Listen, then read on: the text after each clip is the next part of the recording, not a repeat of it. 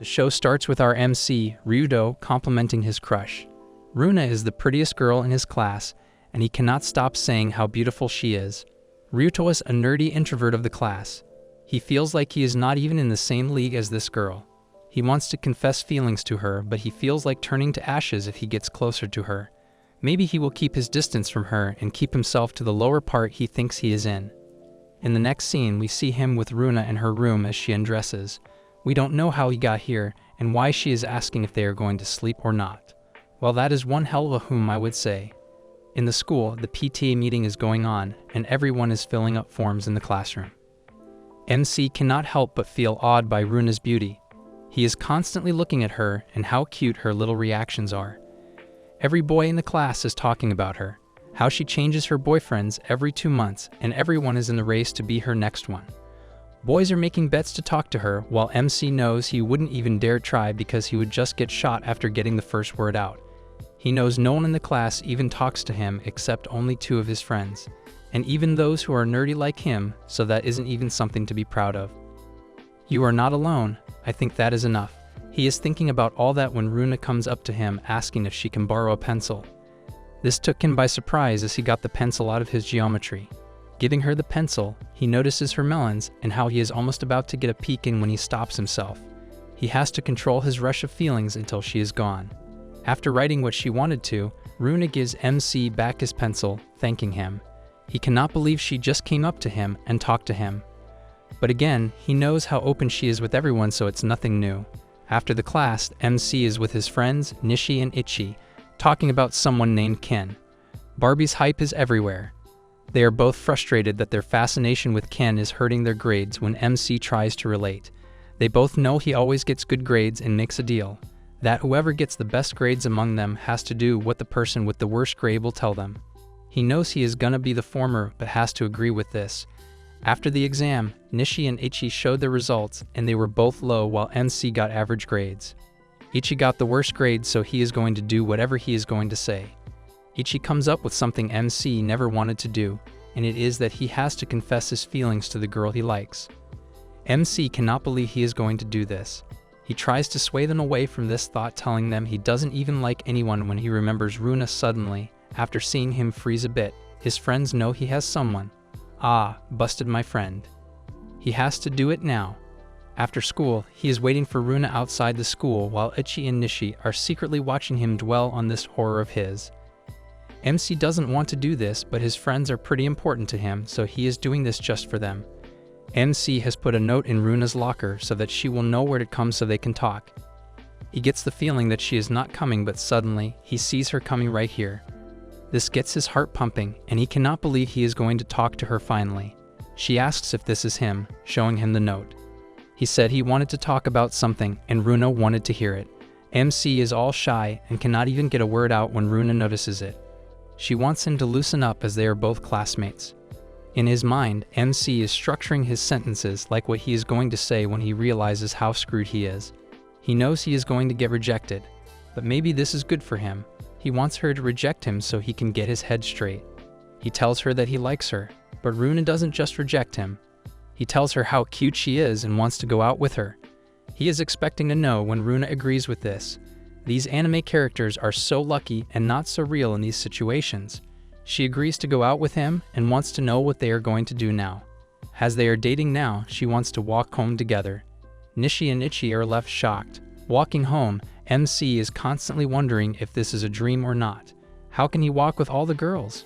She asks how to pronounce his name and actually likes his name, Ryudo.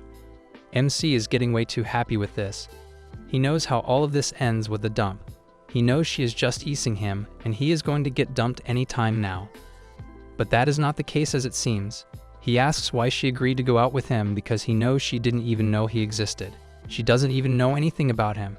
But he also doesn't know anything about her, as she put it. So it is okay, and she actually likes him. This is because he told her that he liked her. Runa believes he will get a feeling that she goes out with anyone who tells her that he likes her. But she has her limits, as she explains. Her only red flag is people with dry upper lip or something like that. She believes that even if the feelings are shallow in the start, they can be developed if they date one another long enough.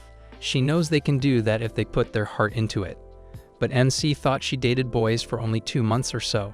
She explains that she has never developed feelings for anyone and has always been faithful, but it has never worked out for her. Then why does she date so often? They are on the train and MC still cannot believe all of this is happening. Her station is here and she gets off. MC goes to walk her home because she asked to. He is obviously new to all of this. They reach her home and MC is surprised he is standing outside Runa's house. He gets freaked out and wants to go home when Runa invites him in.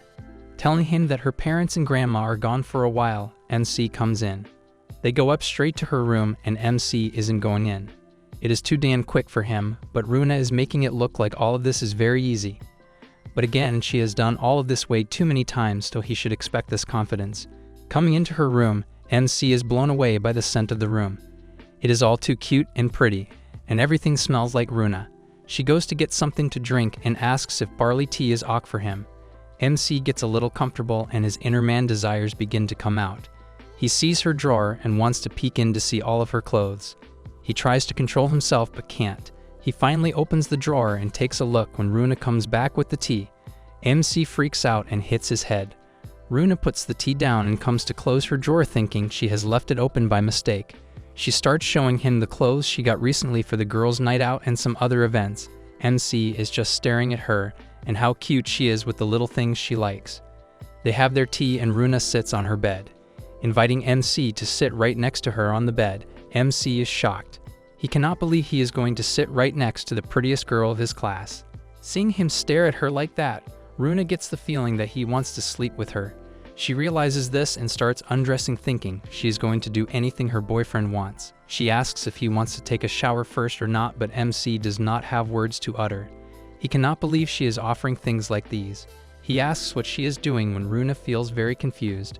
She thought they were going to do it right now, but MC doesn't want it like this. But MC suddenly realizes all about her. Runa explains that she thought boyfriends only wanted to do it, and it was like a duty to her. That if she didn't sleep with them, they would run off to some other girls. Everything makes sense now for MC. Realizing that she got dumped by her boyfriend, not the other way around. She is actually a really sincere girl, but people take advantage of her quality. Her exes only wanted her body and not anything else. MC tells her that he thinks this is too soon for them. He wants to do it, but not like this. What if he is a pervert and a really terrible guy inside?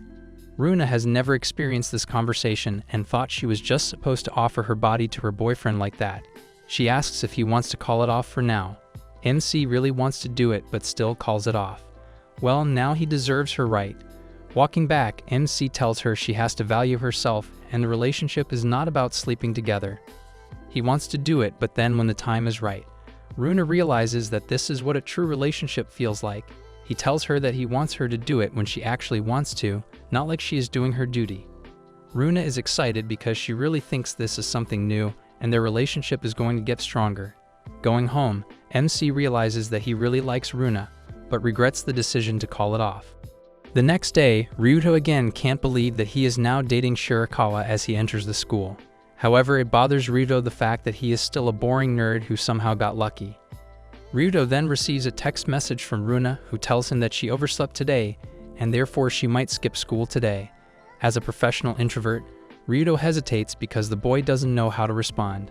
So he ends up advising her that if she bikes to the station and hurries over, she can actually make it for the first period and wishes her good luck. While the class is going on, Ryuto continues to talk with Runa through texts. The boy seems worried if Runa will be able to make it or not. But that's where the door opens and Runa makes her entry to the class. During the lunch break, Ryuto and the boys meet at the rooftop where Ryuto tells how his day went yesterday. Well, it freaks the boys out when they get to know that Ryuto actually went to Runa's home on their first date. Yusuke and Ren even come to the conclusion that Ryuto must have done it then and graduated to manhood. So Ryuto clarifies himself and tells them that he somehow controlled himself in that intense moment, even though Runa was down for it. Bro is oversharing way too much. And of course, the boys then scold Ryuto for not scoring a goal on Runa's pitch. Yusuke then insults Ryuto by saying he is totally unpopular, and when he got a once-in-a-lifetime opportunity, he skipped it. Though Ryuto then mentions that he might get more opportunities like that, besides, they are dating each other now.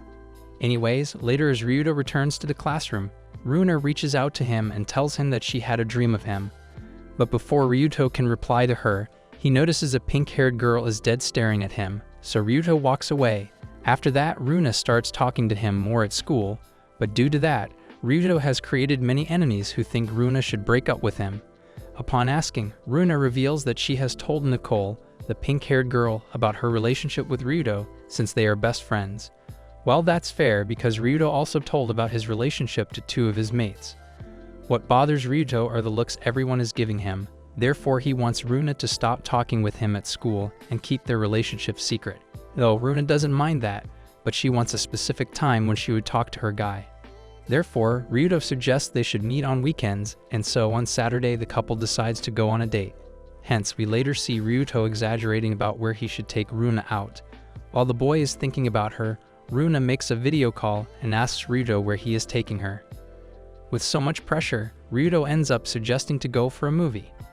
But since Ryuto's purpose for a date is to know more about Runa, therefore the girl cancels the movie plan and tells him that she'll host the date tomorrow. And so, the very next day, the couple goes to a mall and goes shopping. Seeing Runa in casual clothes confirms for Ryuto that she is a gyru. Even the girls around the shop can't stop admiring Runa's beauty and believe she might be a model for gyru. Basically, gyru is a term used for natural beauty that includes one's own culture and clothing. After tiring out Ryuto on shopping, the couple finally sits down and has a drink. However, Runa gets the hint that Ryuto isn't enjoying this date pretty much, because she could see the fact that the boy wasn't paying attention to anything in the store. So Ari's boy then flatters Runa by saying that his eyes were completely on her this whole time. Therefore, he didn't get bored this whole time. He even compliments Runa that she looks cute when she's happy, and that makes him happy as well. Runa then begins to blush and calls Ryuto an unusual one. Meanwhile, Ryuto's feelings for Runa have increased even harder than when he was in her room. There, Runa receives a call from Nicole who asks her if things are going well. So Ryuto starts to wonder if she must have told Runa to not meet him or be careful. And that's why she called to check things up. Later, it freaks Ryuto out when Runa doesn't respond to his text message. Weird thoughts start to kick in Ryuto's mind that Runa must be ghosting him. Besides, Runa had plans for Sunday, so the boy gets curious about her plan because she usually has her phone with her and immediately responds to any notification. But now that Ryuto is texting her, she isn't responding. That's why you don't date hot girls. The overthinking starts to kick in. Ryuto then becomes so delusional that he starts to watch a streamer named KN stream and says that he's the only loyal person Ryuto has. The next day at school, Ryuto notices a bunch of popular boys reaching out to Runa and asking her to come and see her practice at the soccer club. It bothers Ryuto to see her talking with other guys while ignoring his text from last night. So his mates, Ren and Yusuke, comfort Ryuto and tell him that it's okay. Besides, that's what happens in the life of nerds like them. Wait, those two aren't even nerds. They don't score good grades. And later, as Ryuto enters home, he receives a text message from Runa asking him to come to the station right now. Well, Ryuto gets the hint that she must be calling him to break up. Therefore, the boy agrees to meet her and put an end to his fantasy. While he is walking towards the destination, Ryuto low-key regrets that he didn't lay Runa when he had the chance. Anyways, Ryuto then meets Runa and gets ready for the consequences. But weirdly, Runa starts to flex her new phone case in front of Ryuto. Runa then takes out another case and gives it to Ryuto. Since this case is quite rare and limited edition, the company was only handling one case at a time. Therefore, Runa had to ask Nicole to wait in line with her. Both the girls played games the whole night, hence their phones ran out of charging before the store opened. That's why she couldn't reply. At this point, Ryuto doesn't know what to say. The boy simply stands in silence and holds his gift tightly. Ryuto then reveals that he still can't believe that someone as cute as Runa picked him as a boyfriend. He was pretty sure that Runs would dump him in a second, but seeing Runa doing all of this for him brings the boy to tears as he thanks her.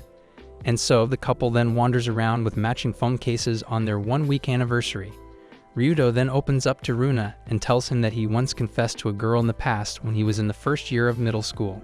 He used to sit right next to a girl named Kurose, who one day hints to Ryuto that she might like sweet boys like him. And after such complicated hints, one day, Ryuto finally gathered the courage and confessed his feelings to her. However, the boy was rejected brutally and got friend-zoned by her. From that day on, Ryuto hasn't been confined to girls, though Runa tells him to look on the bright side, because if Ryudo was still dating her, then he'd never have asked Runa out. Besides, Ryudo believes that middle school love never lasts for long. Runa then reveals that her parents actually started dating in their first year of middle school too, and got married as soon as they graduated. Out of nowhere, a sports car passes by them, so Ryudo gets excited to see the car and begins to talk about the GR Super Rs that crossed. The boy then carries on talking about the features of a sports car, which obviously goes straight above Runa's head. Luckily, Ryudo also notices how she just zoned out. Runa then resembles herself as a sports car, because according to her, she has been racing forward so she would be like her parents. But fastening things up never worked out for her, and neither did it for their parents, who later ended up getting a divorce. Well, that took a dark turn. Besides, Runa thinks that she isn't as mature as she acts. So Ryudo then tells her that sports cars aren't just for traveling fast, it's a car that's fun to drive, just like Runa, not sure where this is leading. Basically, he means that Runa is always surrounded by friends and always has a boyfriend. So according to Ryudo, Runa is living the absolutely best life of her school years, and one way or another, Ryudo also loves sports cars. Well, that makes her day, and so they both race off to the station. Later that night, Nicole tells Runa that she doesn't need to try that harder if she thinks she and Ryudo are a bad match. However, Runa tells her that she's actually enjoying her time with Ryudo, therefore she plans to date him for a while. And for some unknown reason, Nicole doesn't seem to like Ryudo and warns Runa to not trust that guy one bit. And so the next day, this anime takes a new plot twist. The teacher then announces that they have a new student in this classroom. And as that student enters the class, Ryudo gets numb because that girl is none other than Kurose Maria. We pick up right where we left off. The teacher just introduced Kurose to the call and everyone is falling for her, except of course MC. MC cannot forget what he felt after this girl rejected him 3 years ago and doesn't want it to disturb his great relationship with Runa. No one can forget the feeling of rejection, my guy. Be strong. The teacher asks Kurose to introduce herself and let the class know about her a little bit. She explained that she was out of town after middle school for 3 years but moved back recently. The way she talked just put her right in the top of the school hierarchy, as they say. Kurose is too cute for everyone. The teacher wants her to sit somewhere nice and suggests a seat right by MC. MC freaks out seeing they are going to be neighbors again. Kurose takes her seat and notices MC. She cannot tell if this is the boy she was friends with 3 years ago, so she asks MC if he is who she thinks he is. How much of a difference does 3 years make that she cannot even recognize him? MC says yes and avoids any further questions. MC knows that this is going to be very difficult from now on, and he isn't going to let any of this get between him and Runa. After the class, all the students are praising Kurose for her cuteness and getting to know her when MC hears 2 boys talking about her. They are discussing whether Kurose is cuter than Runa. Hearing this, he knows him getting rejected by her is definitely going to be out, so he needs to stay away from her as much as he can. MC takes off and leaves the class but gets stopped by Nicole. Seeing Nicole all angry, MC freaks out and asks if she needs anything. Nicole wants him for something and takes him to a burger cafe nearby. Sitting there, Nicole is enjoying her fries while MC is just waiting for her to talk. He doesn't even have a clue what this is about, but he knows it is going to be something bad for sure. MC asks what this is, but Nicole says that she wants to eat her fries warm, so he has to let her eat fries first, then they will talk. MC goes for a sip of drink but gets interrupted again by Nicole. She wonders if he knows about Runa's birthday coming up. Busted. Run, my dude. He won't. This pisses off Nicole as she tells him that it is the coming Sunday. She is angry, wondering if he's even serious with her or not. MC is but never catches her birthday. Nicole tells him that he is going to celebrate it. He agrees and Nicole is about to leave. She was here just to tell him that when Runa wasn't around. Nicole is leaving when Mick stops her to ask what are the things Runa likes. Nicole is confused as to why he can ask her himself, so why is he asking her? The thing is, MC was the one who got surprised last week, and this is his time to surprise Runa. She gave him this phone case without asking him about his hobbies and the things he likes, so he plans on doing the same. Nicole gets the feeling from this that maybe this guy really is serious about Runa and is going to do anything to make her happy. She agrees to help him and MC thanks her. They are chatting and discussing the things Runa likes when someone secretly takes their photo. The next day, MC is at the station heading to the school where Runa is waiting for him. This shocked him as he didn't expect to meet her there. Runa looks very happy, but is kind of confused when she shows MC her friend's group chat. It was Runa's friend that took the photo and sent it to the group chat saying that Nicole went out with this dorky guy. Runa wants to know what this is about. The girl is jealous. Jude, tell her the truth. MC knows he cannot get past this without telling her the real thing, so he asks if she's free this Sunday or not. This took her by surprise and MC is happy knowing that she is. MC wants to celebrate her birthday with her on Sunday. Telling that Nicole told him about her birthday, MC apologizes for not knowing it. Runa doesn't care about that stuff. The thought of someone caring enough that they want to celebrate your birthday is enough for her. The plan is done and Runa goes to school. MC is ready for this weekend as he is going to craft a perfect date for Runa's birthday. Sunday is here and Runa and MC are on their date in Harajuku. Yeah, that is someplace popular in their city. Don't ask me about it. Runa is happy out of her mind and MC is happy that Nicole told him this thing and it really worked. Nicole told him that Runa loves Harajuku and goes crazy whenever they go there. She also told him that she loves bubble tea and would drink a lot without knowing it. Now that MC knows this, MC takes her to a cafe and orders a bubble tea for her. Runa loves the tea and this makes MC very happy. MC went out on a limb and tried every bubble tea in the city. He tried a lot of them and started explaining how this one has a different flavor than some that he drank this week. Once again, he goes on a rant about this like a nerd which zones out Runa.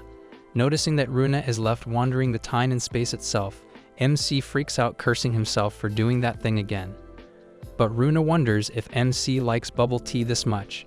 MC explained that he didn't like it that much but just wanted to know which ones were the best. That way he can take her to the perfect spot. This blows away Runa as someone who has never done this for her before. She never got someone who would take his time out of his routine to make sure she liked something. Runa feels loved and thinks they are on the right track. MC wants to take her someplace else for another bubble tea. This date kind of changes into a bubble tea date now that they are roaming around the town drinking different bubble teas. Runa is filled with all the bubble tea when they stop to get another one. MC didn't get one this time, so seeing that, Runa offers him a sip of hers.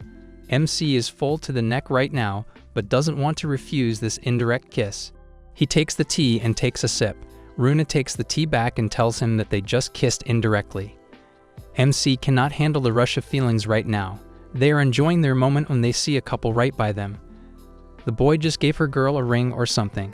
That made the girl really happy. Seeing them, MC wants to get Runa something too, but his wallet isn't going to let him.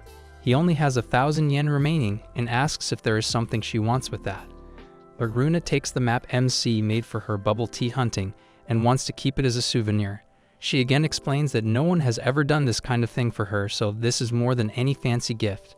It shows the love MC has for her. Runa is so happy to enjoy her 17th birthday like this. MC wanted to tell her about Kurose, but there wasn't any right time for that, so that just didn't happen. Why does he want to tell her about Kurose again? He just told her about Kurose the other day. The next day in the locker room, MC is minding his own business when he hears several students talking and spreading weird rumors around about Runa. He has heard rumors about her before, but these are a little different. Like Runa never takes out her wallet on a date. This is why a boy never stays with her and things like that. It really concerns MC, and he cannot stop thinking about it. He is with his friends, but isn't eating anything because of this. Nicole shows up and Nishi and Ichi run away. Nicole tells MC that she heard about their date. MC wants to thank her for helping him with this, but this is not why Nicole is here. She wants to talk about the rumors spreading around the school about Runa. She is surprised that MC heard them too. This is really weird as they just started spreading and within a day, the whole school knows about them. This pisses off Nicole. She wants to find out who is doing this sick thing. A little later in the class, Kurose forgot her notebook at home, so she shared it with MC. They are studying when the teacher goes to get her prints. Kurose takes MC's attention and wants to apologize for what she did in middle school. She wants him to know that she didn't know about dating and didn't understand anything. But now she does, implying that she is ready to give MC a chance. Man, this has got to be the worst timing. MC cannot believe what Kurose is saying and wants to know if she is serious or just playing with him. Either way, he cannot do anything because he is already in a relationship.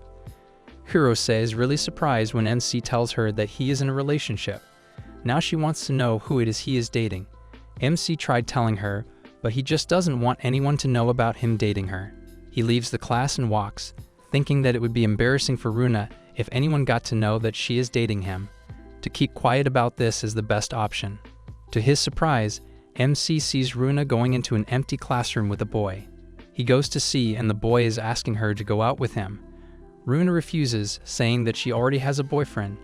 The guy wants to know who it is, but Runa won't tell him.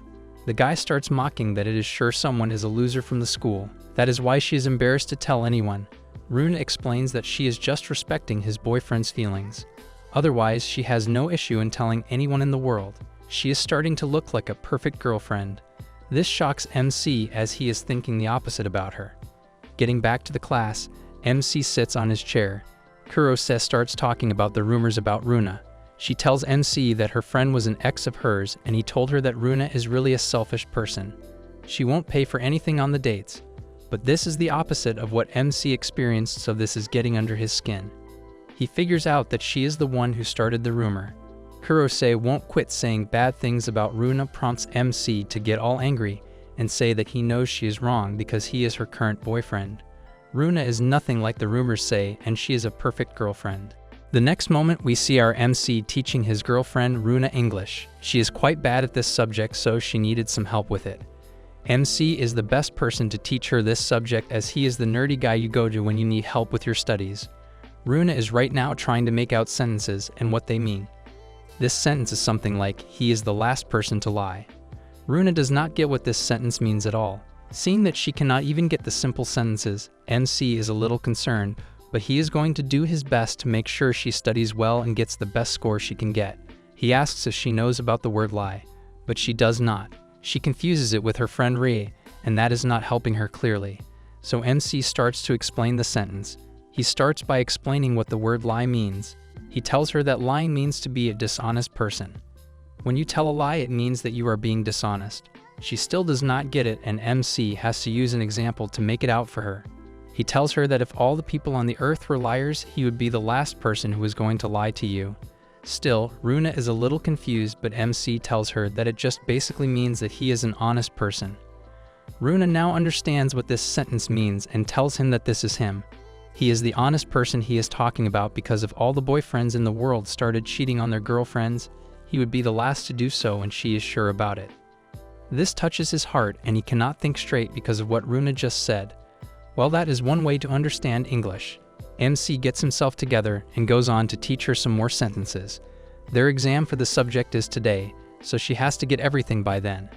After a little while, they are headed home when on the way, Runa strikes up a conversation and asks MC if he knows what is going to be this Saturday. He does not have a single clue what she is talking about, but he is trying too hard to think if he is forgetting something. He could not remember it, but Runa helped him with it. She tells him that it is going to be 1 month. 1 month of them dating and being in a relationship. This shocks MC. He could not believe that it had been 1 month already. He does not know how to react to this, but Runa doesn't need a reaction. She just wants to celebrate this happy occasion, and for that, she suggests that they should go to the beach together and spend the night there. Hearing this blows a nice smooth breeze through MC's mind, as he could not have thought of something better than this. He can imagine how beautiful Runa would look in the swimsuit, and he cannot wait to witness that. He agrees, and it is set. They are going to the beach for their 1-month anniversary. The next day, they get the result for their English exam, and Runa cannot contain her happiness. She passed the exam, and she feels like this is the best thing that could have happened to her. And this happened because of MC and no one else. MC does not want to take the credit and tells her that she also worked hard for it. He just helped her. Runa feels like this just made her 1-month anniversary even better, and she is going to fully enjoy the day now. They are chatting like this for a while, and we see Maria in the front seat in the class, just looking at them. This girl is surely regretting as to why she rejected this boy that time. Runa got just the passing marks and wants to know what MC scored. He got almost 90 marks, and Runa cannot help but feel like that MC is a god. He is like a god among gods, and he is really talented. After the class, MC is with his friends, and they got scores that are just mediocre, but they are happy that they have managed to score higher than before. Seeing them happy makes our MC happy. MC comes out of the class after a while when Maria stops him to ask something. She wants to know if he would be willing to help her in her studies as well. She wants to learn English very badly, and she knows that he is the best person to go to for this subject. MC tries to tell her that he just promised Runa for that and no one else, but Maria does not listen. She keeps on saying that she would also need his help with mathematics, as she is also very bad at that. She feels like she is not fully comfortable with the school, so he would be a good tutor for him. MC hesitates to answer, so Maria asks if after the vacation is alright with him. He does not want to help her study, but he also cannot straight up say no to her. So MC goes out on a limb and tells her about his friend Ichi. He tells her that he is the best in mathematics, and she should ask him to help her study. He wants to know if she wants him to introduce them both, but Maria says no. She wants him to help her study and not someone else. She takes the chance and asks if she can get the Lime ID of him. At first she confuses that maybe she is asking for Ichi's Lime ID, but he understands that she is asking for his. He has no problem with that, but he wants her to know that he is not going to be messaging her. Maria has no problem with that. We see Maria pull the phone out and bring it up to her chest in a position as she is taking a picture of MC secretly. What is this girl up to? If she wants to get together with him, she should know that he is not single. The day of the beach is here, and our MC is walking to the station where he is going to meet Runa. There he is waiting for Runa when he gets a message from Maria saying that he should come to help her study on the 23rd. He lets her know that he is not free on that day as he has summer school. So Maria asks about when he is going to be free so they can set a date on MC's wish. MC is about to respond when Runa arrives. MC looks at her and is blown away by how cute she looks. She is very excited to be spending this day with her boyfriend. She is ready to have the best 1-month anniversary she ever had. They reach the beach, and going in, Runa is acting like a child. MC takes off his shirt and is kind of nervous looking at everyone, being so casual about this. He is waiting for Runa when she shows up in a cool and beautiful bikini that looks so good on her. MC should compliment her. She asks him about the suit she is wearing. But our MC is spacing out right now, thinking how lucky he is to have a goddess as her girlfriend. He cannot believe that his girlfriend is so beautiful and is right now wearing a swimsuit that would make models look like regular people. He is zoned out in his thoughts when Runa brings him back, asking him once again about her suit. He cannot answer the question and gets fully red. Runa laughs and giggles looking at him and how bright red his face has gotten. She knows that he is feeling lucky to be spending time with her bikini babe on this beach. She grabs his arm and they go to start their day on the beach. MC and Runa are under the umbrella when Runa asks if he can rub sunscreen on her back. Hearing this sends shivers down his spine, but he has to agree and do as his girlfriend tells him to do. She lays on her stomach waiting for MC to rub the sunscreen on her back. MC takes the bottle and starts rubbing on the back. He is gently rubbing when Runa lets him know that he can also raise the strap to get the sunscreen under as well. He is hesitant but does as she tells him to do. He cannot believe that he is doing this all by himself, and there is no one that is going to stop him. MC has gotten a new respect for the boyfriends that go on a beach date with their girlfriends like it is nothing. He is curious as to how they function after spending this much time. Anyways, MC is rubbing, and he cannot stay focused. He is getting very worn out and has to use the distraction method to keep himself from losing it all. He starts multiplying 13 with all the numbers so he can stay distracted. After a nice sunscreen rubbing session, MC is sitting when Runa asks him to get in the water with her. She has a beach ball and they can play that and enjoy the time. They get in the water and they spend the time of their life, playing with each other, pranking each other and having a nice meal. They get their lunch from the food stall, and after the meal, they are sitting and wondering how great their time in the water was. MC wonders how the weather is so nice when he hears that there is a typhoon coming. Out of nowhere, MC gathers his courage and tells Runa that the swimsuit she is wearing looks very good on her. About time, my guy. Does it take you this long to study as well? Hearing this makes Runa blush like crazy. She was not expecting this compliment from him right now, but she is glad that he liked it. She tells him the story of how she got it. She went to the store with Nicole and tried out like 1,000 swimsuits. It got to the point where Nicole was very pissed off, but she got calm after knowing that she is doing this for her boyfriend. After coming back from the store, Nicole came and did the nails for her as well. They look pretty good and they go pretty well with the swimsuit she bought. MC cannot help but feel how great the time he spent with Runa was, and he is looking forward to some more anniversary occasions.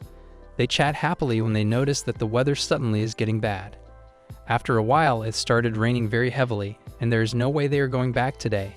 They have to stay here as the trains for the way back are closed because of the typhoon. MC had to open up his mouth about the damn typhoon. Now look what happened. They call at their homes to tell them that they are not going to be coming home today because of the weather.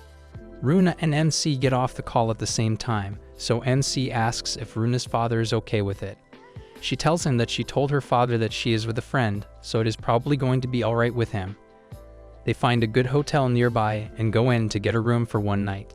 Upon asking, they get to know that the cost of one room for the night is 6,000 yen, and if they make 2 rooms, it is going to cost them 5,000 yen each. So they are in a pickle right now, and MC is thinking about whether they should take 1 or 2 rooms.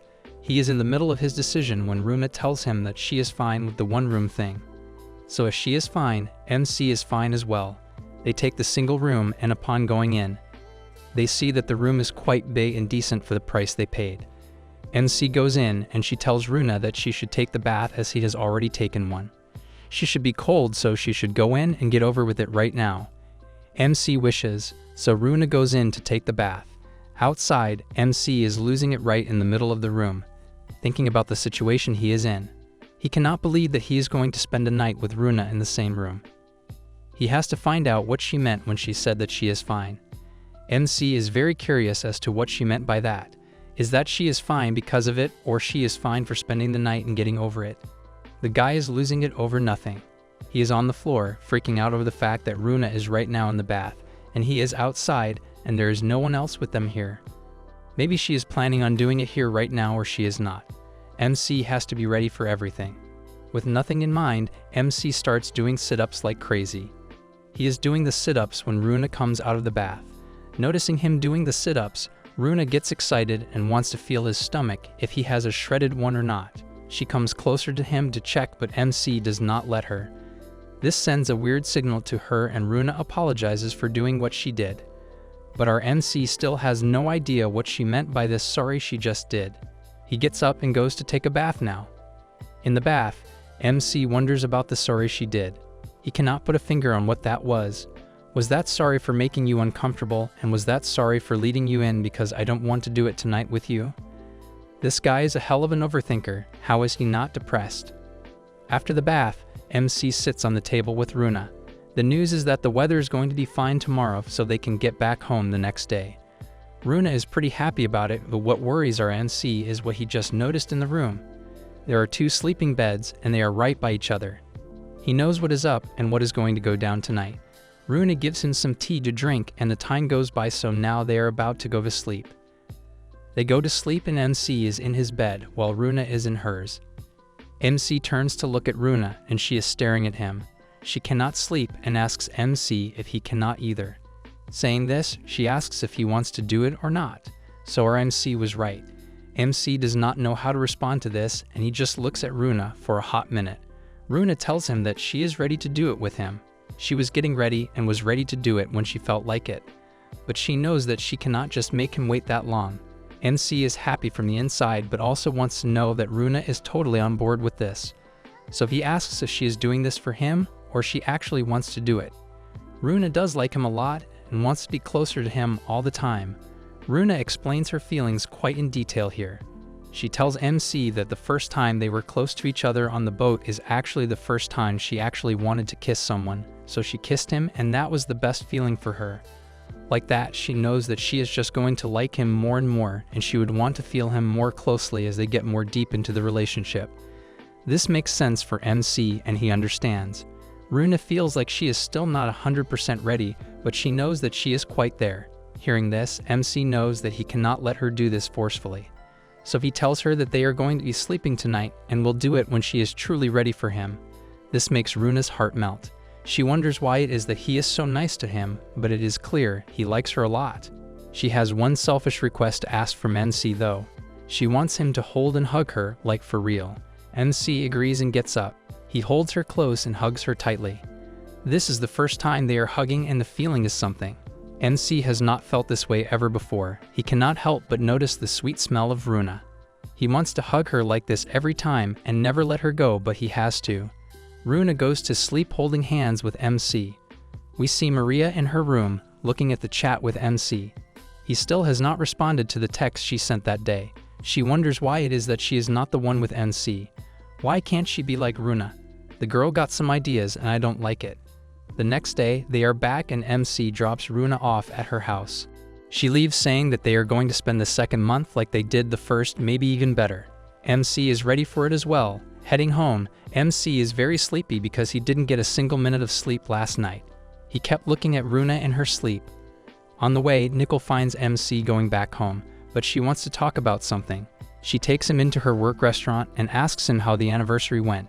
She is actually worried and tells MC that the second month for Runa is very heavy as she always gets dumped in the second month.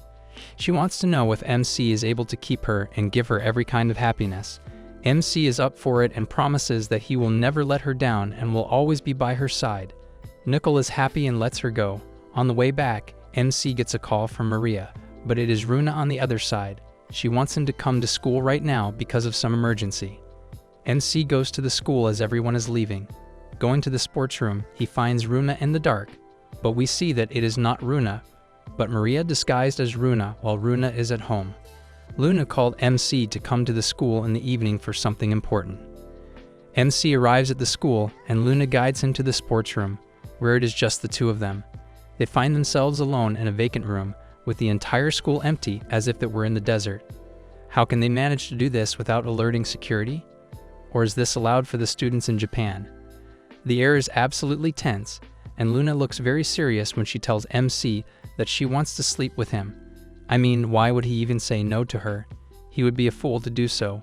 All of a sudden, MC is unable to figure out what has gotten into her, as this is not her usual way of talking. He gets the feeling that she is forcing the point of having it with him. She wants to do it with MC, and by saying this, Luna clings on to MC instantly, hugging him tightly. MC gives up the urge to resist and hugs her back with a warm emotion from his heart, but something is wrong. He just doesn't feel right hugging Luna for some reason, and this is a matter of concern. The hug does not feel like it comes from Luna. It feels really strange. The feeling is quite concerning, and MC cannot handle this anymore and decides to get away from what he is feeling.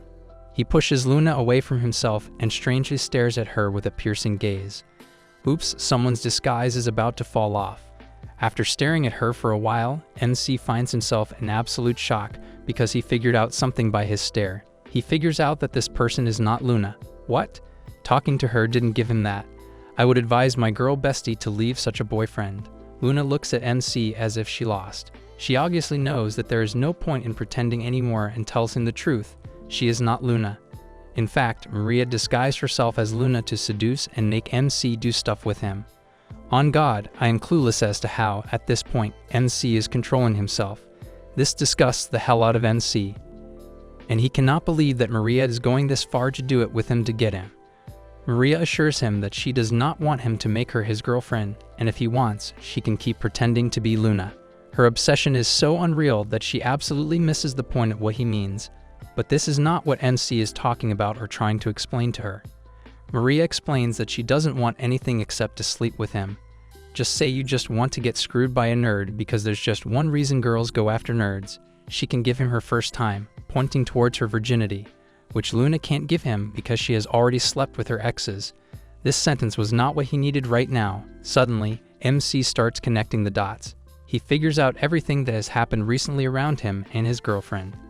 Luna took Maria's cell phone because her battery died out and things were somehow similar to that. Maria then begins explaining that Luna and she sound the same, even though they are completely different in appearance. It is so visible. One got some massive honkers, while one looks like a 12-year-old boy. Maria and Luna can sound more similar on the phone, and that is why he was not able to tell the difference. After Maria gives him the explanation, she tries to give MC a hug and convinces him to sleep with her, but MC is not going to. My dude might be desperate, but he is still loyal to his girlfriend. He knows that he literally cannot do anything to betray Luna, as she doesn't deserve this. Luna just deserves all the loyalty and love, and he knows he will give it to her. Knowing where Maria is coming from, he still tries to comfort her. He adds that it is also not going to be fair to Maria if he does it. Taking her virginity, he had his first time with a virgin. Suddenly, the security guard begins hearing some noise coming from the room and goes to check on it. But in time, MC and Maria got away through the window and made their escape. They sit outside the school on the bench after escaping from the room. Then, Maria takes off the wig, which was her disguise as her sister. MC is just unable to believe the fact that she would go this far to take revenge on Luna. But this is not what MC thinks it is. He has gotten it completely wrong. MC cannot give any other reason but is surprised when Maria tells him that she likes him. Wow, how do the tables turn, eh? How do you feel now? She reveals that she likes MC and has not stopped feeling this way for a while now. Not only that, she has no way to stop that feeling and feels like she has to get him somehow. MC is startled. He cannot believe he is hearing these words out of her mouth, but it is true whether he believes it or not. But Maria further explains to him that she has been feeling this way about him since he confronted her for spreading rumors like that. That was the first time someone confronted her like that with an open heart. It just turned out to be very eye-opening for her and made her realize she was also worthy of love. Even right now, the way he told her off was not only to not betray Luna, but also to protect her. He did not disrespect Maria one bit, but he also continued to understand her point of view. She says that this is the reason she has fallen for him, and she can understand that she is never going to be his number one. 8 billion people, and she still wants to go for a taken guy. Maria is unable to stop crying like a child, and she tells him that she cannot stop feeling hurt. She wants him to accept her, but that is never going to happen in this life. Yeah, nobody picks a flat chest over huge melons. MC can't process the situation and does not know how to react to all of this. The situation is super hectic too. Your first love wants you back and is trying everything to do it. Maria then shares that she is feeling hurt right now. Now she completely understands how he felt at that time when she rejected him. Well, this is the first time she has fallen for someone too, and no wonder she got rejected. Saying this, Maria gets close to MC and holds his arm, keeping her head on his shoulder. She then says to him that she just wants to stay like this for a while, and she will go home without saying anything. He feels like he owes her this, and then MC lets her do this, and she does exactly as she said and goes home without a word. Following the very next day at school, MC stands in front of his locker and ponders what happened yesterday. Further, he thinks about how Maria went home without a word last night. The trail of his thoughts is unable to stop as he seems concerned about her. He doesn't know if he should hide it more, but maybe this is the time MC should tell Luna that Maria is the girl he proposed to in middle school and got rejected by her. But MC somehow hears everyone nearby talking about him for some reason. It looks like the tea got leaked. I can't wait to get some spilled on me too. He is unable to figure out what is happening and why he is suddenly the hot topic of the day.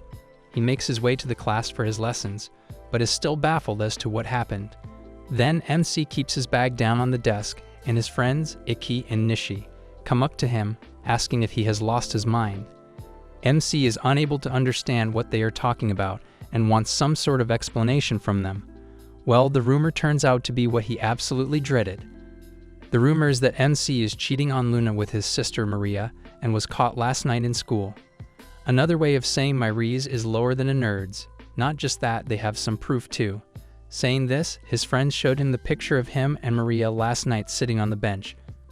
Very close to each other. Gossip Girl Japanese version. I can't wait to enjoy it further. He jumps out of his pants as this freaks him out, and he tries to tell them that this is not what they think it is. Maria enters the classroom right then and sits on her chair, but everyone is looking at her. The pick-me got picked. As the lesson ends, MC goes to Maria.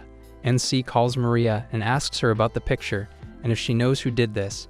His relationship and reputation are both pretty much sabotaged by that. Maria felt like she was being accused of this rumor and was held accountable. But Maria assures him that it is not her who did this and that she has no idea who took the picture. Then further, she says that she would never do such a low-life thing when she got rejected for the first time. Even after all this, her morals are high and she still has pride. Saying this, they get out of the class finally, and as expected, someone was waiting for them outside. Obviously, Luna and Nicole are standing right outside, waiting for an explanation. Luna looks at MC and asks him if Maria is the girl he proposed to in middle school. This is very bad. Just seeing it is making me sweat like hell. Well, what comes next is what usually happens after every cheating story. She says she feels really betrayed and starts crying with tears rolling down her cheeks. Luna further says that she cannot take this anymore and it is getting out of her hand. Saying this, Luna runs away crying, but Nicole is hell mad at MC for doing this. Luna never deserved this treatment in the first place. Luna looks like she could use a male best friend right now. She slaps him really hard and calls him a piece of crap before leaving as well. After creating a mess, Maria left as well, and MC is standing all alone now. The summer vacation is just around the corner too. On the other hand, the school is holding a closing ceremony for the school, but Luna is nowhere to be seen in the entire school. Even after the ceremony reached its end, Luna is still nowhere to be seen. She did not come to the class where MC was waiting for her to explain everything to her and fix everything again. After a while, the vacation started, and MC started his sad and lonely vacation without his girlfriend Luna. Maria successfully managed to ruin things. All he could do was keep messaging her and somehow reaching out to her. But feeling betrayed, Luna never replied to him and didn't even read his messages. Enough to get on his nerves, but still, he wants to keep his feelings to himself. As all men should do, MC gets himself busy with his studies so he can be distracted from the loneliness and sadness. All he could think was that he wanted to apologize to her but felt like it was too late. He just needs another chance, and he will explain everything to the love of his life.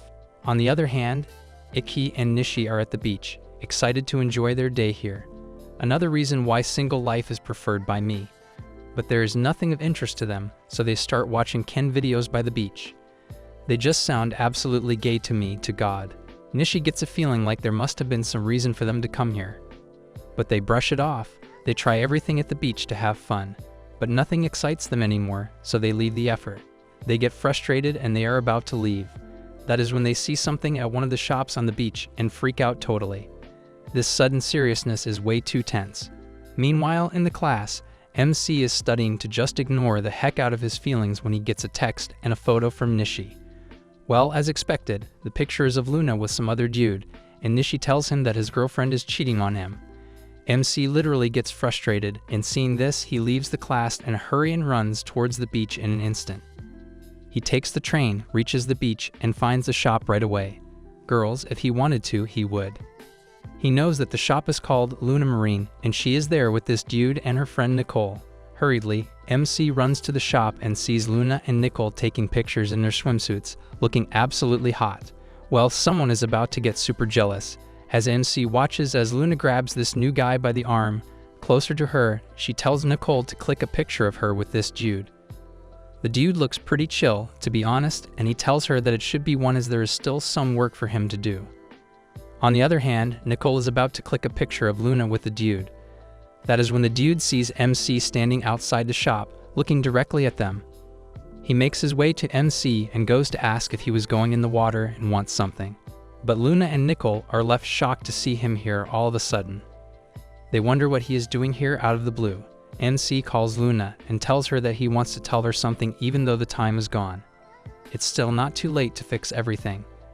The guy feels the tension between them and figures out that MC is the boyfriend Luna was talking about.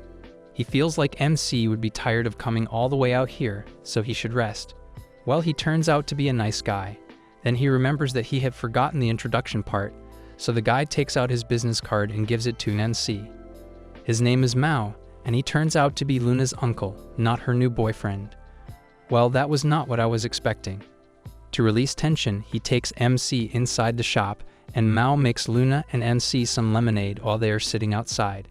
Nicole wants to know what he is going to talk about, and if she doesn't like that answer, she is going to give him some.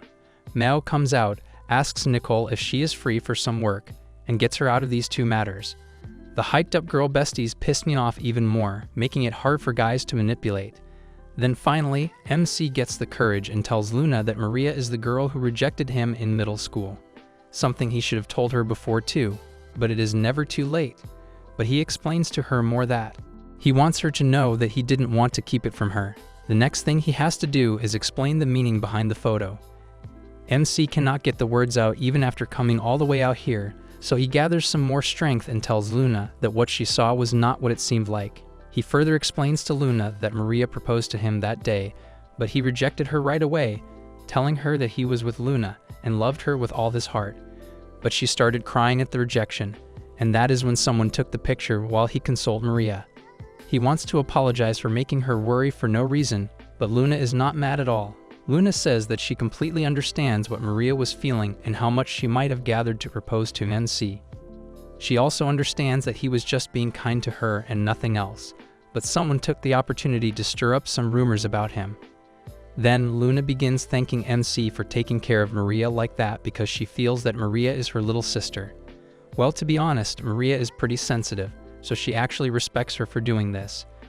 Well, that was even more unexpected. I would punch my boyfriend for breathing near a girl too.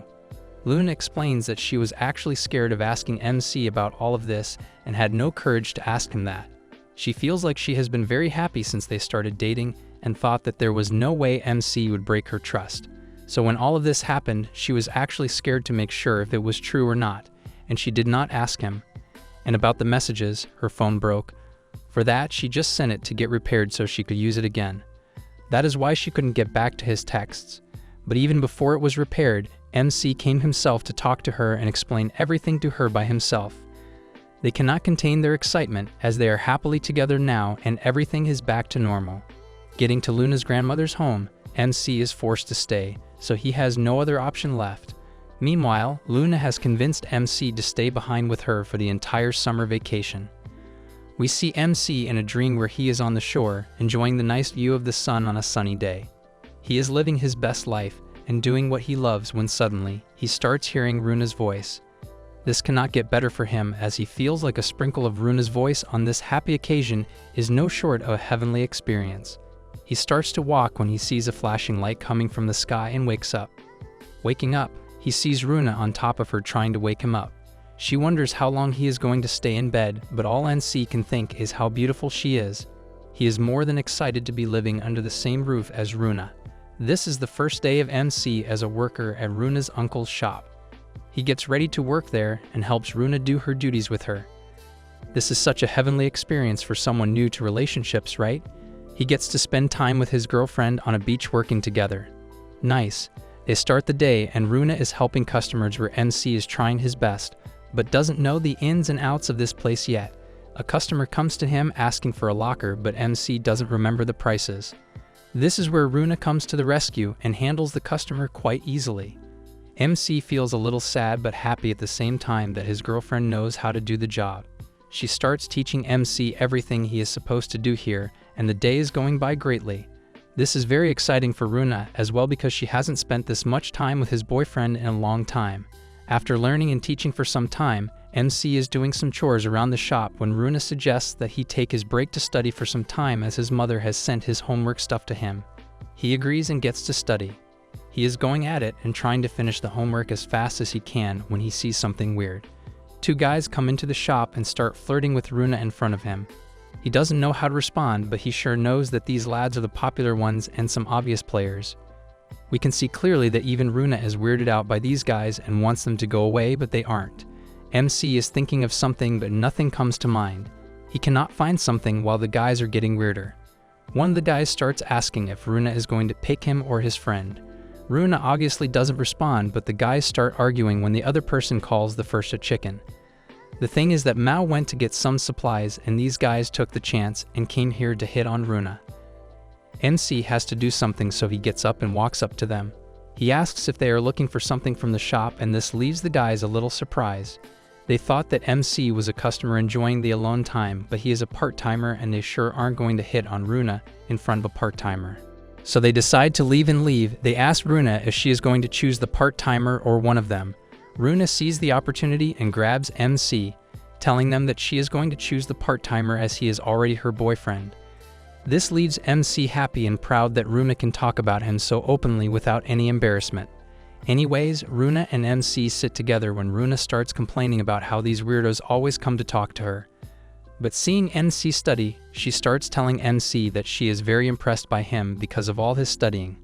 He is always studying even on the beach, and he is going to get admission to a great college for sure. This is a little out there for MC, but he thinks he still has a long way to go for that. Runa explains how everyone has their futures planned out. Like Nicole, for example, she is going to become Nucrist, and she is already working very hard to save money for the tuition because her mother is a single parent. So she is working here and there to get as much money as she can. And Akira also wants to become a fashion model, so she is working hard for that. MC wonders if Runa has any plans after the graduation, but she doesn't. She feels like she already has achieved her goal for college, and that is to develop mutual feelings with someone she thinks of staying with forever. She has some nice lines. This leaves MC blushing. She adds that she always wanted to live with Mom, Dad, and Maria again someday, but if that doesn't work out, she surely wants to build her own family. She wants to have a home with a lot of kids and a husband she is truly in love with. She truly is a pure person. Suddenly, Runa feels like she is going too overboard with this stuff and apologizes to MC, but MC doesn't mind. He sure does know that Runa has spent a lot of time thinking about her future with him than he thought about his with her. This is not okay for him, and he feels like he should study even harder for the college exams. A little later, MC is taking a shower, thinking about how Runa has thought about the future with him and how truly in love she is with him, whereas he hasn't even thought about the tomorrow with her. He is wondering this when suddenly, he hears Runa worried outside for some reason. She asks her grandma about potatoes, but she tells her that they are out of them because she made croquette 2 days ago. This messes with Runa as she wants to make something for MC. Grandma asks what she is trying to make when she tells him that she wants to make meat and potatoes for MC. MC is listening to everything she is saying, standing behind when Runa turns to see him. Her surprise is ruined, but still, she tells MC that she wants to make meat and potatoes for him. She is about to go and get some when MC joins her. They are on their way to the market, and reaching the market, they find potatoes. After finding them, they buy some and begin their journey back. On the way back, MC is holding the groceries when Runa sees that and asks if she can carry one. The bags are light, so it is not a problem for him, but Runa expresses that they cannot hold hands if he is carrying both bags. So Runa takes on and they hold hands, walking in love. This anime is so romantic. Yes, something you guys will never experience. They get home and Runa starts to make potatoes and meat. MC wants to help out, so he asks if he can help with something. Runa gives him some carrots to chop, but MC hasn't had a lot of training to cook, so he is finding it difficult. But he manages to chop some when Runa shares how they are now cooking together. They look like a married couple to her, and hearing this shocks MC once again. The cooking is finished and the meat and potatoes are ready. MC gets a taste of them when Runa tells him to, and it is great. Seeing MC's reaction, Runa feels wonderful inside and shares that this is the first time she thinks that dating someone can be this great. However, back at home, Maria comes back from the library and her mom asks if the library is crowded or not. She took her time to come back, so she is a little concerned. Mom starts wondering if Maria wants to go to Grandma on the beach this year as well, and she doesn't have a problem. Mom wants to time it this year with the summer festival. She explains that the grandma told her that Runa is also there and a classmate of hers is also living there. Hearing this, Maria is left speechless, and she doesn't have anything to say. She was looking forward to the festival, but now she doesn't want to go. She makes an excuse right on the spot that she has to see a friend from the school that week, so she cannot go. Saying this, Maria comes to her room and locks herself all sad. At the beach, Runa and MC get the news of Maria and Mom not coming this year because of Maria's plans. This leaves Runa wondering if this is because of her, and if Maria is avoiding them. Runa and MC are washing the dishes when Runa explains how Maria left home for 2 years. And when she came back as a transfer student, she didn't even recognize her. She thought she would never come back, but she did. She adds that Mom and Dad got a divorce, and after that, they started living alone. She knows that Maria doesn't like to be in the same school as her, but she can't do anything about it. She knows that Maria doesn't want to talk to her, and that is the reason she only told Nicole about Maria being her sister. She always thought that Maria was a good person, but talking to her has always been very difficult for her. From the very start, she had different personalities, but still, she knows that Maria is a beautiful person from the heart. She wants to get along with her and share ice cream with her like old times, but that is impossible. Suddenly, Runa gets an idea and shares it with MC. She asks if MC can become Maria's friend, because that way she cannot be direct with her and the chances of Maria accepting Runa are much higher. If she tried to talk to her directly, she would never accept her. MC is a little confused, but Runa explains everything. MC has to do this for Runa, and MC cannot deny that for sure. Runa decides that she is going to become Maria's friend first, and maybe next winter she can be direct with her, and then they can get along like old times. This makes Runa very excited, and she calls this plan the friendship mission. Maybe you should talk to MC before naming missions. Mao comes back, and with him, he has brought Runa's phone that came back after being repaired. Runa is excited to get back to social media and talk to her friends. She feels like it is going to be hard to catch up to the trends, and MC thinks that he cannot catch up to them ever. MC watches Runa as she goes through the trends on her phone, thinking how beautiful she is. Runa is ready to make a video for the trend and wants MC to join her in it. They make the video and Runa is very happy. That was very cringy to be honest, but then again, kind of romantic as well. The next day, MC is working in the shop when Mao comes to him and tells him that it has been 2 weeks of him working here. Saying this, he gives him an envelope. It is his salary, but MC cannot believe it.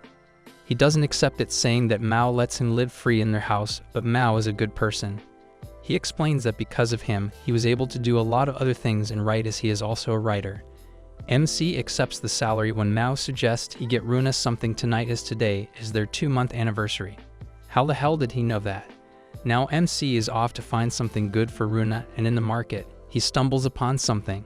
After getting it, he gets back home and suddenly he gets a call from Runa asking where he is.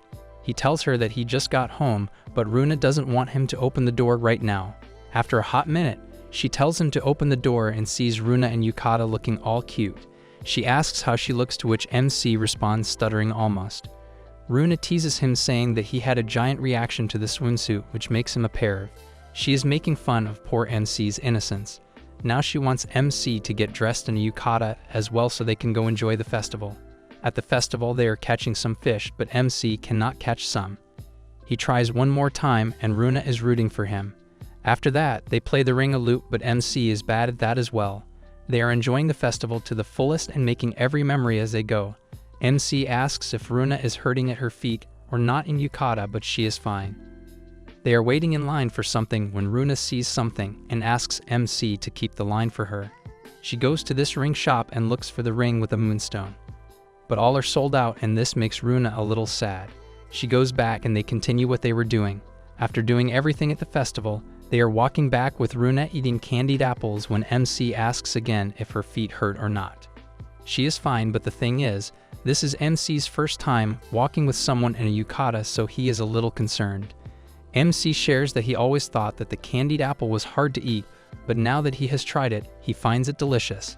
He also did a lot of things for the first time today with Runa.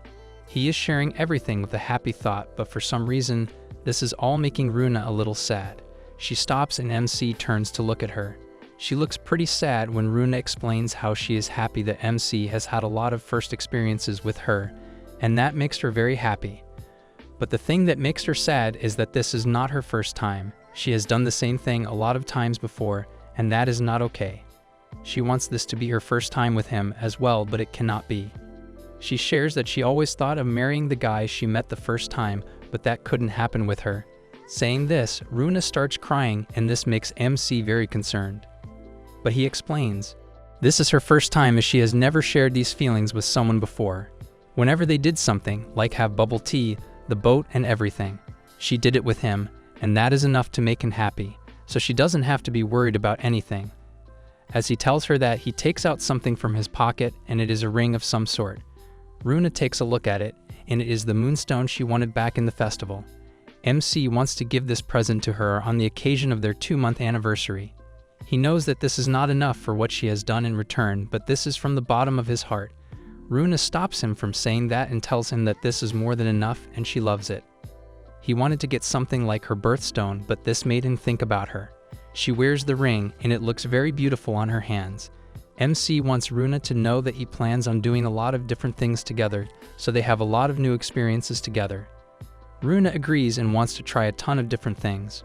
Runa raises her hand to see how beautiful the ring is when the fireworks start exploding in the sky all of a sudden. They both got the VIP seats for this, and the view is amazing. Runa gets closer to MC and holds his arm, asking if she can do this till the fireworks end. She can do that, and Runa shares that the urge to be closer to someone develops when you actually like them. She likes MC and knows that one day she will want to do it with him. That would make him happy for sure. This makes MC feel a little surprised. He turns to Runa and tells her that he likes her very much. Runa has the same feelings for him as well, and they share this great moment with each other. Man, these kinds of natural moments are very romantic for me. Why cannot this happen in real life? Now I am sad and single. They look at each other and know that they are going to give in. So MC gathers his courage, gets closer to Runa, and goes in to kiss her. She does the same and they kiss for the first time, and as they do it, A huge firework explosion happens which makes the moment even more beautiful. What a perfect way to end the day, right? Talking to her friends, Akari and Nikoru, Luna says that she completely forgot about the seat change and sat in her previous seat. Jokingly, Akari says to Nikoru that she is jealous of her, as her new seat is almost as close as the old seat. Akari says sarcastically that it is her luck and shouldn't be belittled. Luna notices her sister, Maria, sitting alone, so she goes to her, but as soon as Luna goes near Maria, she runs away. Meanwhile, Ryudo entering the classroom notices this and wonders that Luna and Maria are struggling to make their mission of being friends successful. Later on, Ryudo tells his friends about it, to which they taunt him, sounding like heartbroken virgins because their friend got a hot girlfriend. Ichi and Nishi say that, like every summer, they will be spending their summer watching game streams and nothing else. Because that is how introverts spend their summers, Nishu taunts Ryoju, making a jealous face.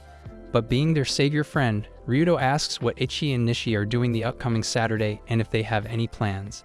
Ichi and Nishi, both confused, asking why, to which Ryoju replied that he was thinking of doing something new, playing airsoft with Luna. Now it starts falling into the right places. Ryoju wants Ichi and Nishi to play airsoft with Akari and Nikoru while he plays with Luna. I always needed a friend like Ryoju to hook someone up with me. Well, the virgins are having their luck being good. On Saturday, as the boys are preparing to start the airsoft game, the girls show up with incredibly hot outfits. Luna, Akari, and Nikoru start taking pictures while Ichi, Nishi, and Ryoju watch them, and Ichi says they smell good. Well, virgins do pass the creepiest remarks, that is for sure. Ryoju wonders what the girls are talking about, while the girls were literally just talking about how slay the pictures were. But he approaches Luna and says to cover up her front of the dress as her honkers look bouncy. Obviously, he had to show his dominance in an unattractive way as a man. Covering up, Ryoju says it is unsafe to show your skin during the game. Then suddenly, Akari goes to Nishi and says to him that he was in the same grade as her last year. Further, she asks him what grade he is in. Having had no female interaction before in his life, Nishi falls into Ichi's arms, saying that it is amazing to hear a girl call his name twice. Ichi says he understands it, since he is the same as Nishi. A geek with no female interaction, Nikoru comes up and says they look low-spirited today. They both exclaim as Nikoru comes near them and calls her the devil girl. Nikoru says she has heard that they both are good at these kinds of games, so she is going to count on them. Being their first female interaction, they swore to Nikoru that she was the best and that they would protect her from the deadly bullets. That is some fan base. On the other hand, Luna flirts with Ryoju that she will make a critical hit today. But with her action at Ryoju's heart, she points the gun at him. At first, Ryoju blushes and then says that they have been told not to point guns at each other. Watching him have a cute moment, Ichi and Nishi get jealous, and Nikoru says she is not enough for them from the back. Ryoju wonders if it is going to be a tough day, looking at his friends' silly actions and their nerdy behavior. Now the game starts. The airsoft game begins with a good beginning. They all begin by hitting each other in every way possible. Being Luna's guardian, Ryoju saves her and tells her to stay behind him so he can protect her. Well, Ichi's fat, jealous ass tries to perish them but gets attacked by Akari from the back, and he gets a hit. But seeing Akari getting hit by Nishi, Luna runs to her, standing in the open. I mean, Luna would understand a kitchen simulator better. Trying to defend Luna and Akari, Ryoju tells him to hide and faces the devil girl, Nikoru, who begins hitting him. Eventually, Ryoju and Akari get hit too. It is just Luna and Nikoru left. With a lot of spirit, Luna says she won't lose, at least for Ryoju she can't. Then an intense match between the two of them starts with hitting and dodging the bullets. But after some time, Nikoru gets hit by Luna and loses, and Luna wins the airsoft game. Later on, after the game, Ichi and Nishi think about how they could lose against some normies. It is always the guys with no life calling others normies. Then Luna approaches Ryoju and apologizes that he got hit protecting her. Ryoju says it would have been cooler if he had retaliated, but Luna says he was already pretty cool back there. Meanwhile, Nikoru cuts down her nails and says that they were getting in the way of her trigger. She pulls up the gun again and calls for another match, where she totally fries everyone. After the match ends, they begin leaving after having a great time. Luna seems troubled, and the reason for it was that she could not find her earrings. Her friends ask her what is wrong, and she says she cannot find her moon and star earrings, which she is always wearing. It seems precious to Luna, to which Nikoru says don't wear it to school or else they will confiscate it. After looking in her bag properly, Luna finds it and wears it. Ryoto wonders that even if he is not a big fan of fashion, he knows that Luna cares about this earring too much. So why is it only one earring and not a pair? A while later, they all go somewhere to eat, where Ichi and Nishi tell Ryoto that the devil girl is no match for them and her skills are godly and amazing. The girls walk over to them with their drinks in their hands and sit down with them. As they sit down, Akari says that it was fun playing the airsoft, as different airsoft guns make bullets fly differently. Genuinely, it seems fun for her to get more stuff like that for herself, Akari adds. Getting excited, Ichi says that one airsoft gun is the gateway to the airsoft world and that it is a great hobby. And oh boy, with that said, Ichi begins talking non-stop about his love for the airsoft world. Ryoto thought he was going to creep out of Akari, but Akari seems to enjoy all of that stuff, which comes as a shock. But Akari says she is too broke to get another hobby. Nikoru says she looks quite like an otaku, just like Nikoru. Ichi and Nishi ask what she does, to which Akari says that she is obsessed with Vanilla Voice and begins babbling about it. Ichi and Akari would make quite a couple. Then Nikoru says she is a nail art otaku, and she is madly obsessed with many nail arts and prints, and then it was her turn to babble about it. The boys literally have no idea what they both talked about. Well, Luna says that she is glad that her friends have a great thing to obsess over. To which Nikoru teases Luna that she has an obsession too, pointing towards Ryoto. Luna blushes at it, and Nikoru thanks her for the amazing day today. Then Nishi asks Ryoto in his ear if Nikoru has a boyfriend. But Nikoru already starts saying that she can't think of dating again because of her ex-boyfriend. She adds that he was an incredibly cool guy, not just for his looks, but also for his way of life. He always had his headphones on and would always be listening to Buddhist sutras, which Nishi says sounds really edgy. Well, Nikoru gets angry at that and says he does sound ridiculous, but even she could not forget about him. Although they just dated for 2 weeks in middle school, oops, it looks like someone hasn't moved on. Nikoru says that he was the only guy she liked, and after that she never really liked anyone else. But Nishi focuses on something else and says that since Nikoru just dated for 2 weeks, it is clear she is still a virgin. Before Nishi even completes his statement, Nikoru steps on just his feet, making him scream like a girl would. I wonder what she could do if she stepped on me. Nishi exclaims that whatever comes from the devil girl, he will gladly accept it. Submissive men have got to be my favorite gender. On the other hand, Akari says that if she were to date someone, she would prefer someone tall. Seeing his chance, Ichi asks how tall she wants with a sparkle in his eyes of hope. Akari says since she is short, anyone taller than her would work. Then she asks Ichi how tall he is, and he says he is 181 centimeters with his eyes still sparkling. The same height as Akari's celebrity crush, and she is so happy to know that. Well, Ichi looks excited out of hope too. Fellas, good news, y'all can get laid someday too. Ryoto understands Ichi's happiness and him being excited. Well, that's because Ryoto was in Ichi's place a while ago too. Later on, they all leave for their work and homes, bidding farewell to each other except Ryoto and Luna. Then Ryoto turns to Luna and asks what her plans are, and she says she would prefer to hang out with Ryoto. Luna suggests that since they both are here, they should go on a date, and there's a place she wants to go. Her eyes are literally sparkling with joy. Then Luna takes Ryoto to an amusement park, sits with him on a Ferris wheel, and giggles because she seems really happy. Being excited, she says she always wanted to ride a Ferris wheel with Ryoto. Meanwhile, Ryoto wonders if it is a private space just for the two of them, and he wants to kiss her. His mind keeps telling him to kiss her, but he is really shy about making the first move. Then Luna turns to him and says she has read a manga that belonged to her mom, and she read it really long ago. The main characters of the manga were a girl and her boyfriend, who ate marble chocolate and kissed inside a Ferris wheel. But now she wants to recreate that with her boyfriend.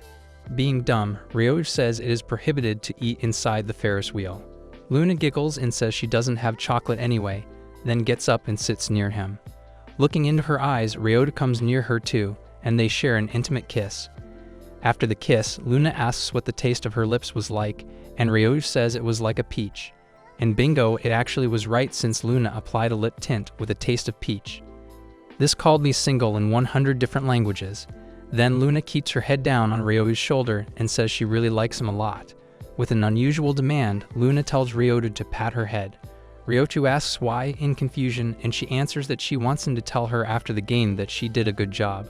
So now Luna wants him to pat her head, and Ryoutu, being a good boyfriend, pats her head, and Luna's eyes shine with happiness and satisfaction. Later on, they get off the Ferris wheel and begin walking home, holding each other's hands. Luna thanks Ryoutu for spending such a great time with her and inviting her to the airsoft game. Then she stops walking, and Ryoutu asks what the matter is. Luna replies that it is soon going to be 3 months since they started dating, and their 3rd-month anniversary is coming soon. She feels happy over that, and she is overwhelmed over experiencing their first time together. Ryoutu happily asks that their 3rd-month anniversary is coming on a weekday and if she wants to do something special for it. Luna replies that she does not want anything special because every moment she spends with the love of her life is special to her. Well, cliché. Every day of her life is beautiful because of him, and she gives him a side hug. Then Luna suggests they leave the idea of their anniversaries, and she wants to spend her entire life with him happily ever after. Ryoutu happily agrees with whatever she says. Further, Luna adds that for the first time in her life, she feels like she is in love. After saying that, Luna gets shy and begins running away. Ryoutu runs after her happily to catch up with her, and he thinks that he wants to catch up with her all her life, wherever she runs. The train tracks look sexy as hell right now to sleep on. Ryoutu keeps thinking about how beautiful she is and how she is thinking about their future together. For someone like that, Ryoutu wants to become a man worthy of her, and for that, the only thing he can do is study as hard as he can to give her a brilliant future. After that, he wants to finally leave being a virgin. As he is studying, the door opens to the library, and Ryoutu turns around to see Maria. He immediately hides from her as if he saw a ghost. Seeing Ryoutu's seat empty, Maria and her friends come to sit on his seat, and he now has to sneak from under the tables. His head bumps from the table, and he loudly says ouch, which Maria kind of recognizes but brushes off. Finally, Ryoutu makes his way to the door, and he gets stopped by a hand as he is leaving. It was a friend of Ryoutu, Sakiya, who is also a repeater and absolutely hot, who said, "Sorry, got off topic," and said he hasn't seen Ryoutu in ages. They both sit in a cafe, and Sakiya shows his card to Ryoutu, which says he is a high school graduate and a repeater. Ryoutu asks why, to which Sakiya says he helped him because he was standing out too much. Then Sakiya asks what is the deal with that girl, whether she is a stalker or an ex-girlfriend. Ryoutu exclaims, and Sakiya says repeaters are dying for new stories, so he needs to spill some tea. So knowing the fact that Sakiya helped Ryoutu in a tight spot, he decided to tell Sakiya everything, the entire truth. After hearing Ryoutu's story while gulping down his drink, Sakiya is amazed. Out of everything, his current girlfriend turned out to be the sister of his first love. But what does Ryoutu plan to do? Sakiya asks, since he can't keep running away from it. Well, unrealistically, Ryoutu says he does not want to keep giving Maria anxiety, but she ended up being in the same prep school. Sakiya agrees that he understands his point of view, looking down with his arms folded, making me think all the wrong things. But anyway, back to the point, Sakiya says he will help Ryoutu out as he is daily in the library, and he will tell him whenever he sees Maria and inform Ryoutu where she is. Then, Sakiya advises Ryoutu to focus on his prep school since being a repeater sucks really bad. After that, they exchange their numbers to stay in contact. The next day in school, the teacher announces the cultural festival, and a committee has to be set up. Along with that, a sports festival will be going on too. So whoever wants to participate has to raise their hands. Nobody raises their hands as everyone is busy with their own things. The teacher tells them that it is going to be fun, of course. Out of nowhere, Maria stands up and says that she will do it. The entire class turns to look at her. The teacher asks again if anyone else wants to participate, to which Luna raises her hand, saying that she wants to participate alongside Maria. It comes as a shock to Maria and Ryoutu. They both look amazed. Ryoutu wonders if maybe now the mission to be friends with her own sister is in action. We see the teacher calling on several students. She is busy trying to pick members for the upcoming sports festival. Of course, Runa instantly volunteers to be among the people. All the eyes turn to her as people decide if they want to volunteer or not. Then, Kurose volunteers to be part of the committee. They ask Nikoru Yamana if she would like to be part of the team, but she declines. She says that she has a part-time job and does not have the time. Runa has other plans in mind. She looks around the classroom and sets her eyes on Ryuto. Ryuto unwillingly stands up and says that he volunteers. This makes Runa very happy. However, Ryuto was not going down alone. Since Akari had also volunteered, he tries to help his friend Yusuke out. He says that Yusuke would also be interested. He stands up and is embarrassed when he sees Akari looking at him. Ryuto thinks that Yusuke will thank him later. The choice between horniness and comfort is a tough one. And so, the teams for the sports festival committee are finalized.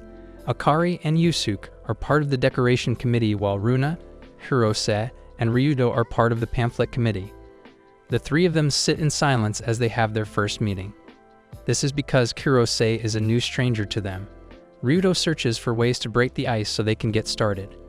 Runa immediately starts talking with a big smile on her face like she usually does. Kurose is way more quiet. They started deciding on the type of pamphlet they were going to design. There is a small pile of old pamphlets on the desk between them. They brought these out to serve as references for when they start designing. Ryuto is still lost in thought when Runa starts talking. She addresses Kurose politely and asks her how to proceed. They want something that truly pops out and leaves everyone stunned. Kurose does not have much knowledge on the topic and relies on the research. Runa decides to ask her what hobbies she has. This question comes as a surprise to Kurose. Runa's logic was that the pamphlets could have a signature edition of the designing members. Kurose answers that she was a fan of watching videos. Runa's eyes light up when she hears this. She suddenly starts talking about music videos and idols. She names a bunch of them and asks Kurose if she had seen them. She was truly a fan of idols and music.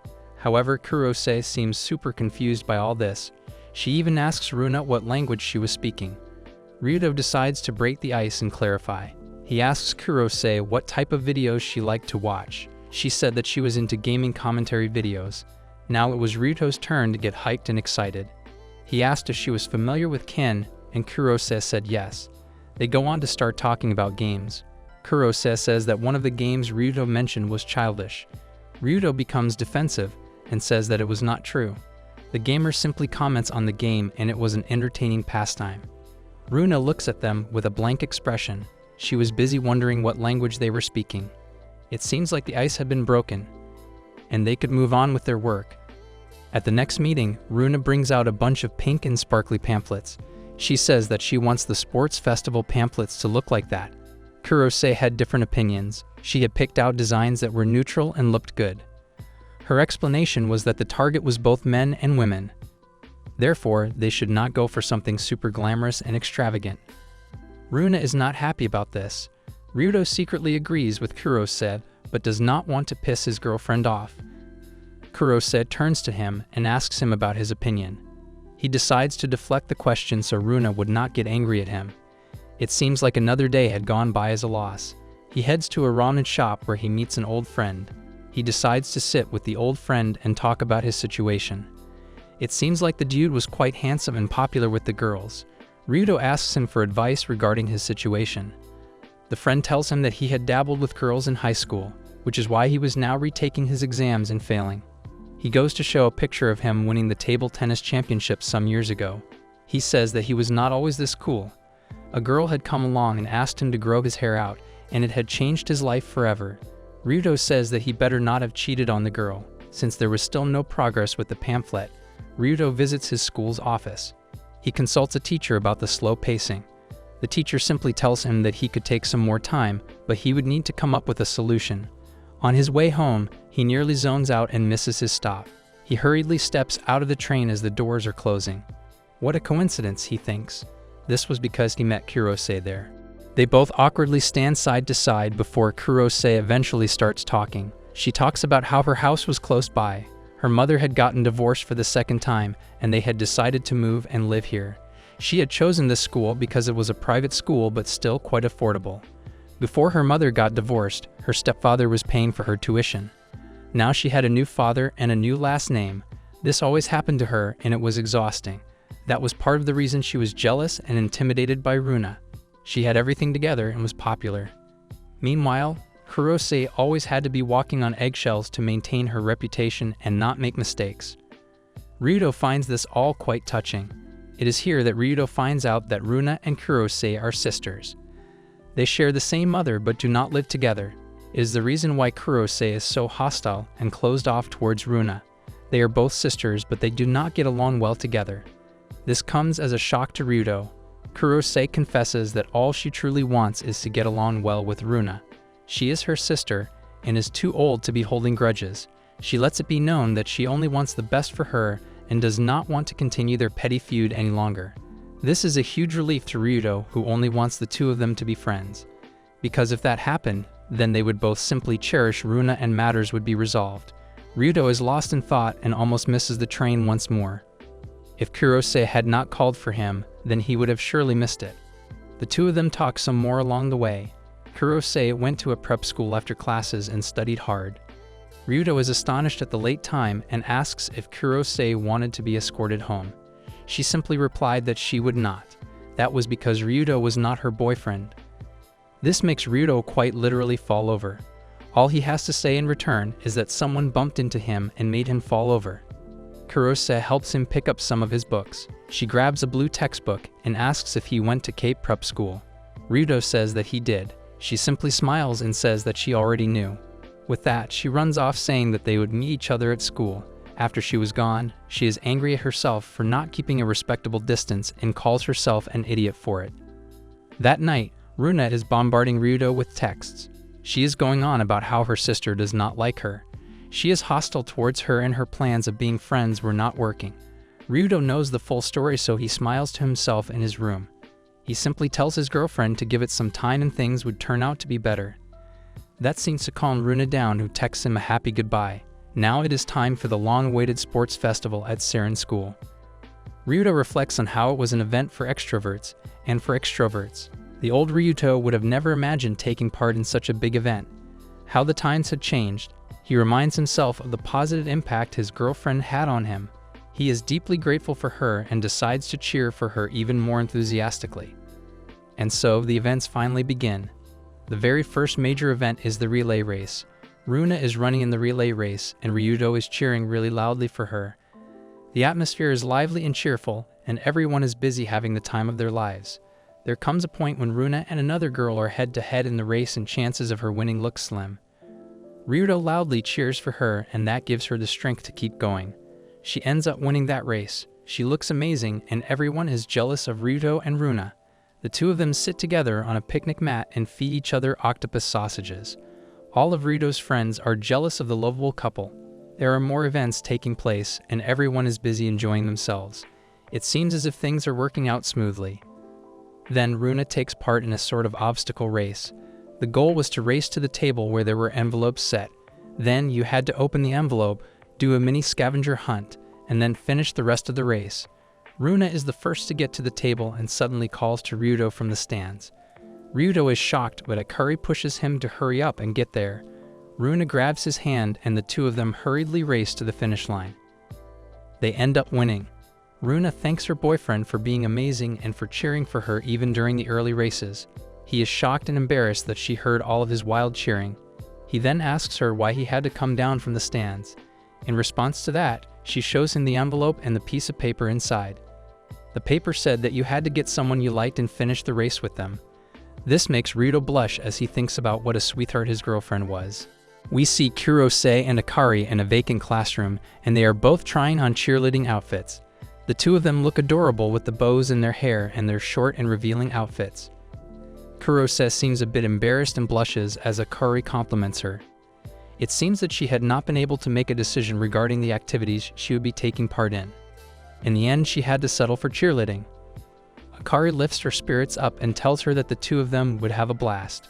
Cheerleading was super fun. The two of them grab their yellow pom-poms that look like marigold flowers. They start to head down towards the school grounds where the sports festival was taking place. Kurose tells Akari that her mother was coming to watch her and cheer for her. She had invited her mother herself to come see her daughter doing activities and cheering for the school teams. She gets embarrassed and tells Akari how weird it was for someone to call their mother in high school to come watch them cheer. Akari boosts her spirits once again and tells her that it was not weird at all. Akari loved her mother too and did things like that with her all of the time. This makes Kurose happy. However, her happiness is short-lived. She approaches the school grounds and sees her mother patting Runa on the head. This instills panic inside her and she starts to back away. She does not meet her mother. Akari is confused. Kurose offers her no explanation and says that she would be back in time for the cheerleading. This was probably why her dad left to buy milk and never returned. She then runs off and heads to the school roof to hide.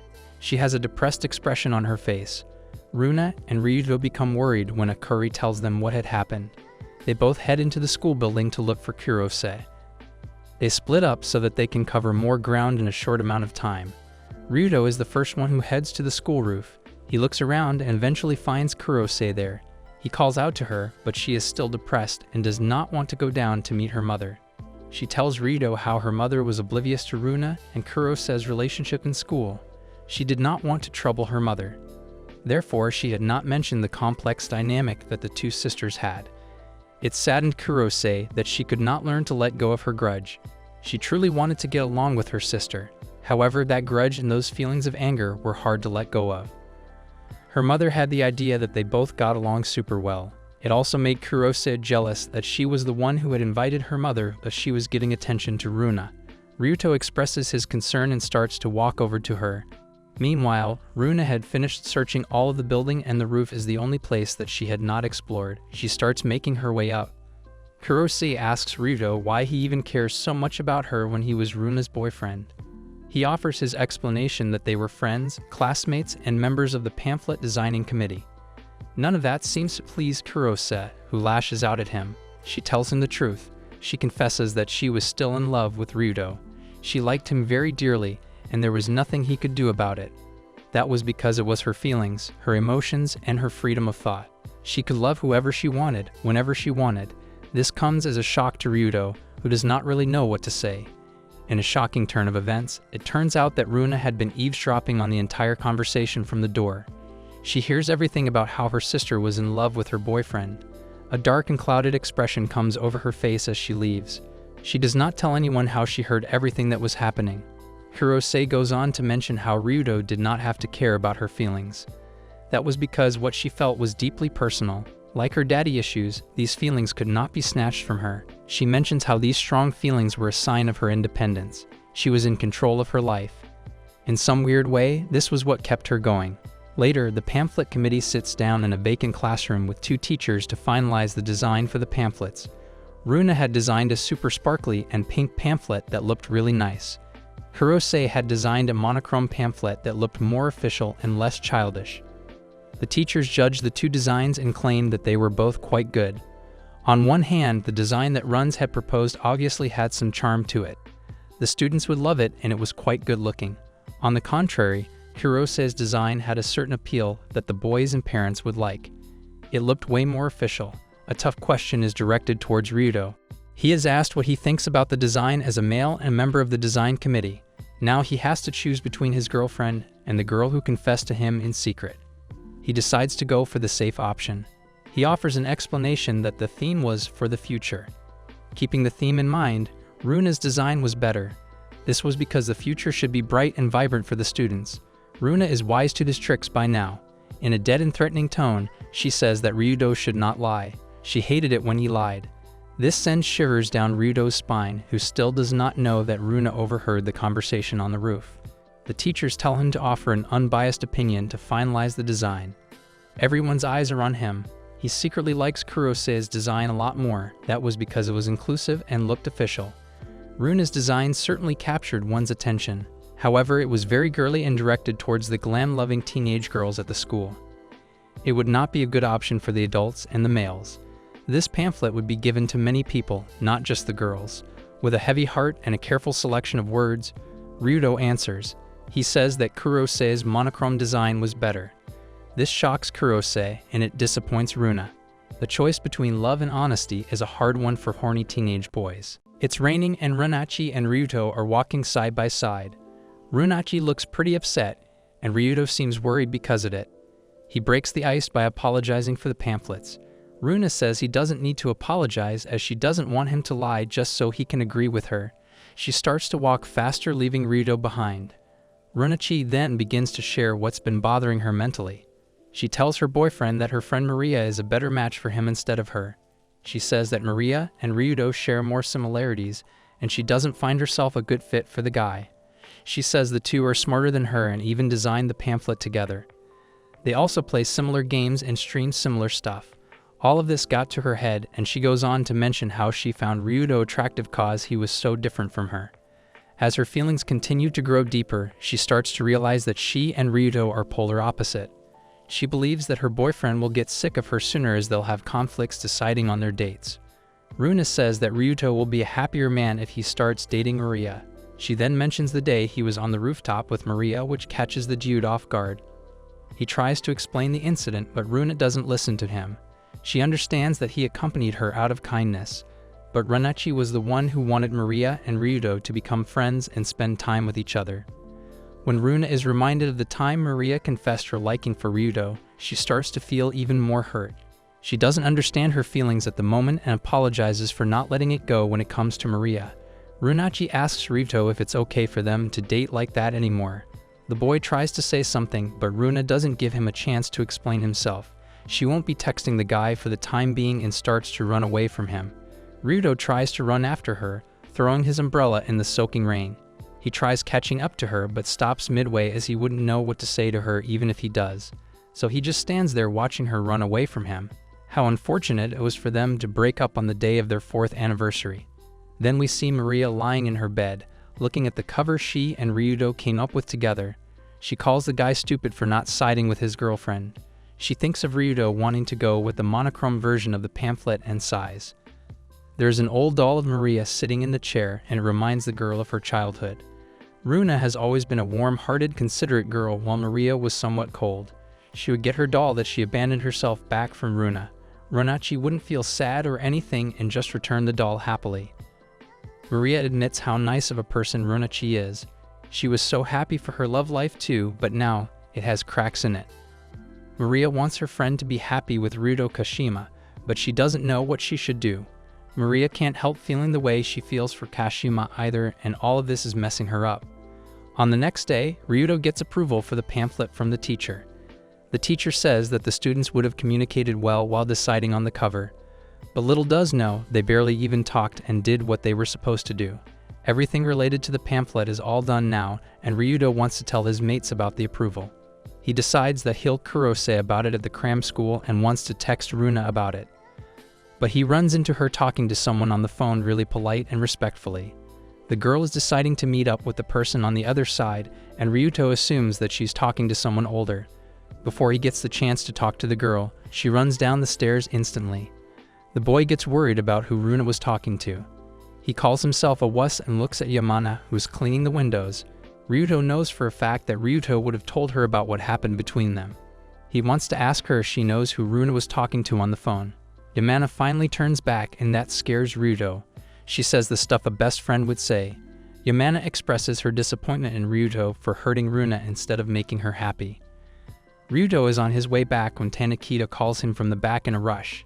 She first sees if Runachi is with her and tells Ryudo that she wants to talk to him about something. They end up going to a cafe to have a chat, and Tanakita starts with a scary statement. She tells Ryudo that she thinks Runachi has a sugar daddy.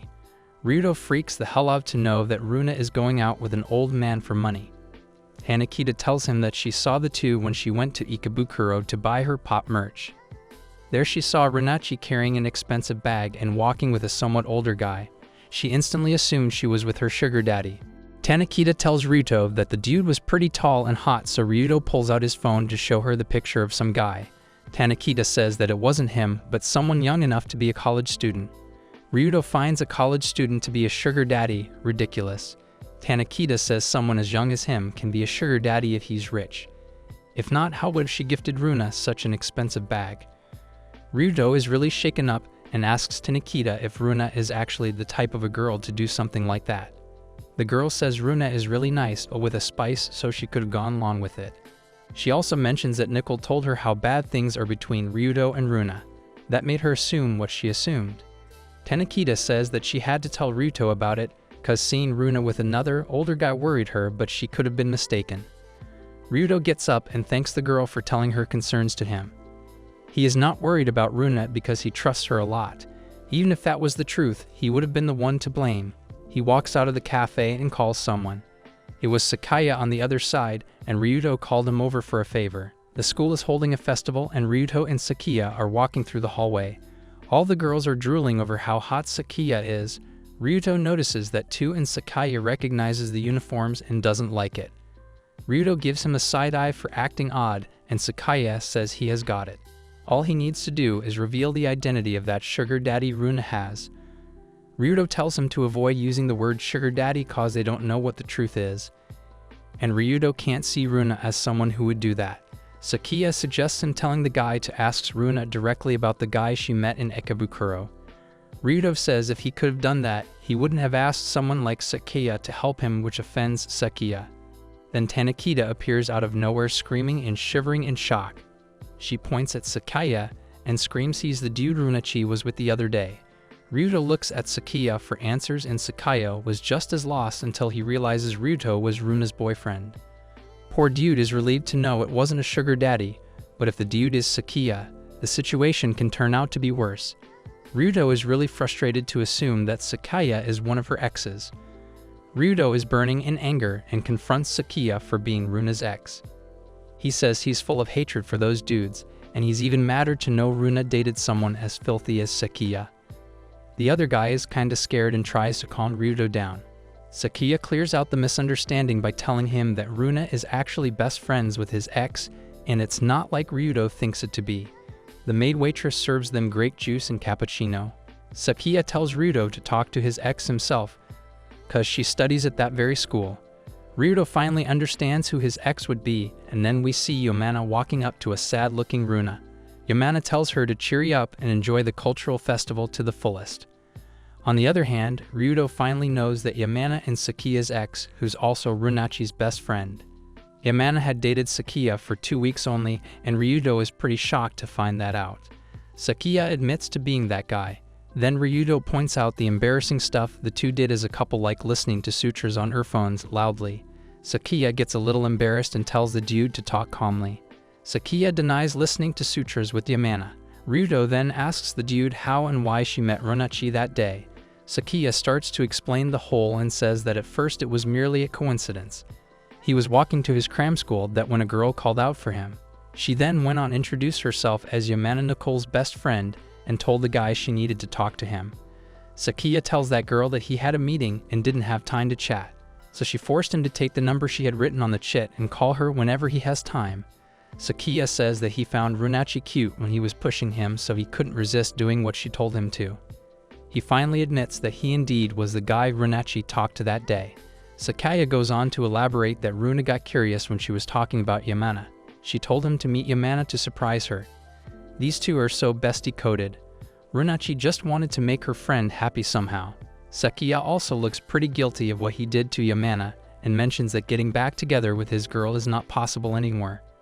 Ryuto, being the kind guy he is, tries to comfort Sakiya by telling her that Yamana still hasn't stopped thinking about him. He asks him if he will actually surprise her, but Sakiya doesn't find it appropriate.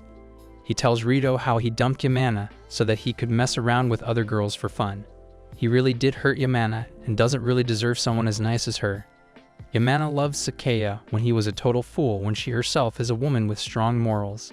Even when she was younger, she acted mature and worked as a manager at the ping pong club. Sakiya remembers that she had black hair at that time. While the two dudes talk about their heartbreaks, some nasty boys approach Yamana and Runa. Sakiya tells Ryuto that he noticed the change in Yamana's behavior right after they broke. Her parents went through a bad divorce too, so that could have been the reason as well. In such hard times, Sakiya showered cowardice and didn't say 2 words to comfort the girl who cherished him so much. Instead, he turned her down with dumb excuses and left her alone when she needed him the most. Sakiya looks really guilty when he talks about it. Ryuto asks him if he really can't face Yamana anymore. He understood how Sakiya must be feeling in that moment and tells him that he still has time to make things right. All past mistakes and wounds can be treated only if he collects the courage to get up and apologize to her. Personally, Yamana shouldn't be so lenient with this dude, but let's see where this goes. Ryuto tells Sakiya to take the step now if he still loves Yamana. He wants him to talk to Yamana for one more time. Ryuto believes that Yamana and Sakiya still have a chance, and he can be right too. But there we have Sakiya, a coward who has already given up on his girl. Sakiya says he's shocked to find out Ryuto is a love guru, which surprises Ryuto too.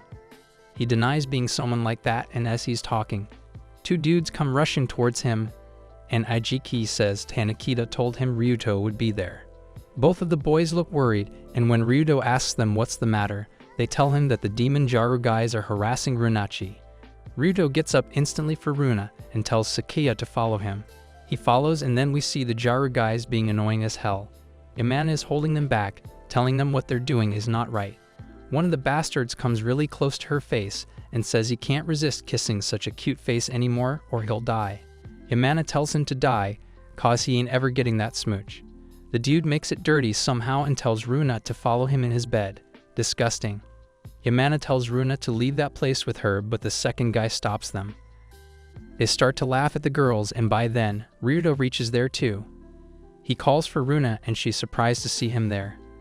The other two bastards don't find it fun to see Runa's boyfriend, but he doesn't spare them any interest and holds Runa's hand.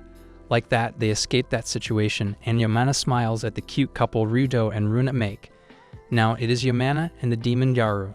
They think they still have a chance to get a peck on the cheeks from Yamana, but there we have her boyfriend, Sakiya, to her rescue.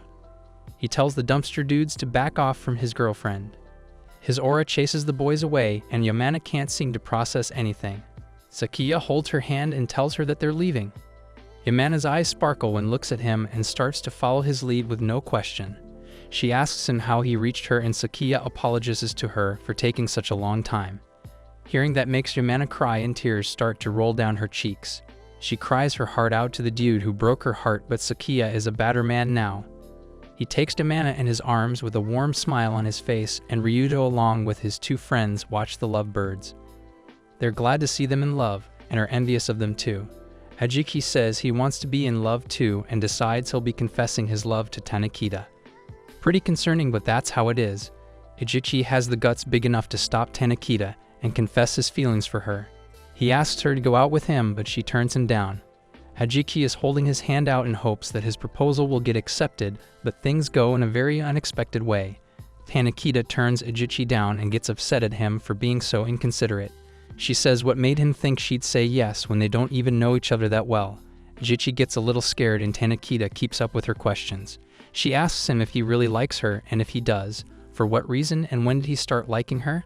She even goes as far as to assume that the dude likes her for her looks, which would disappoint her, really. Tanakita says that confession is made when the feeling is mutual, which was clearly not the case here. She says that turning someone down is just as much painful as getting turned down is. Yeah, cause you are literally breaking someone's heart and mind, who is standing right in front of you. And she isn't wrong.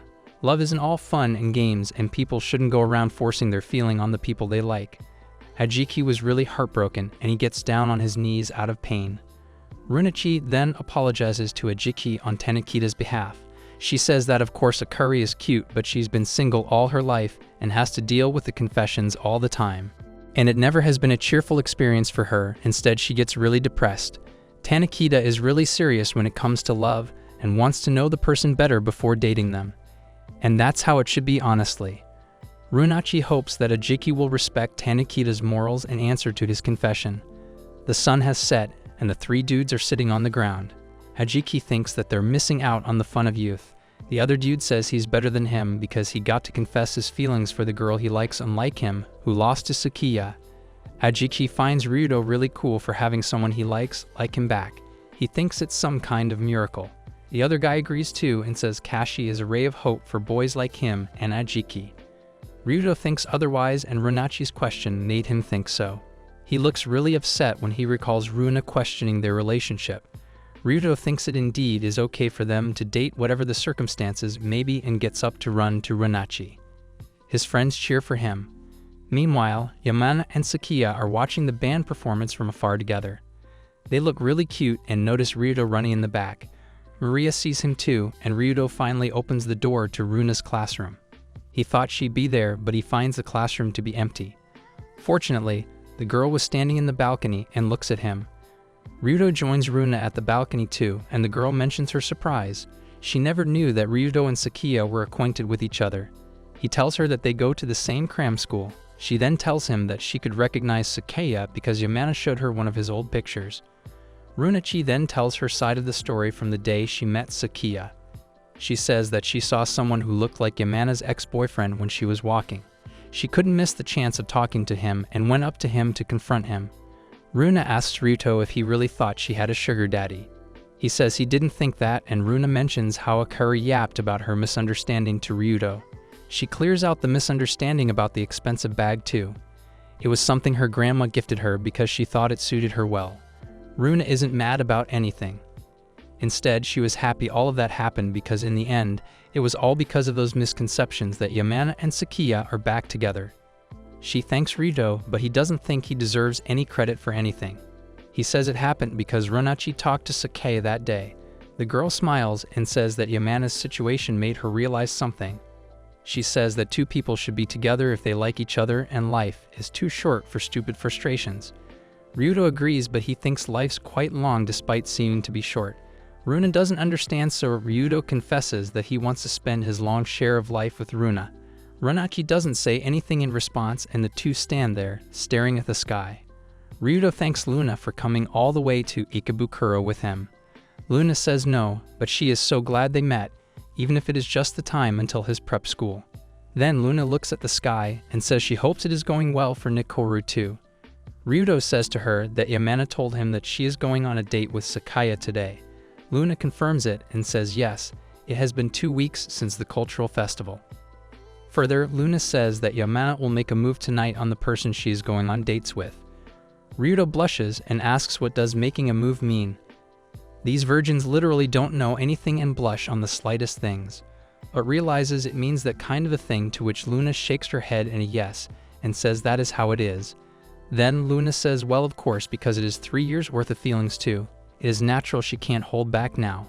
Still blushing, but not relating, Ryuto says yes, that could be the case.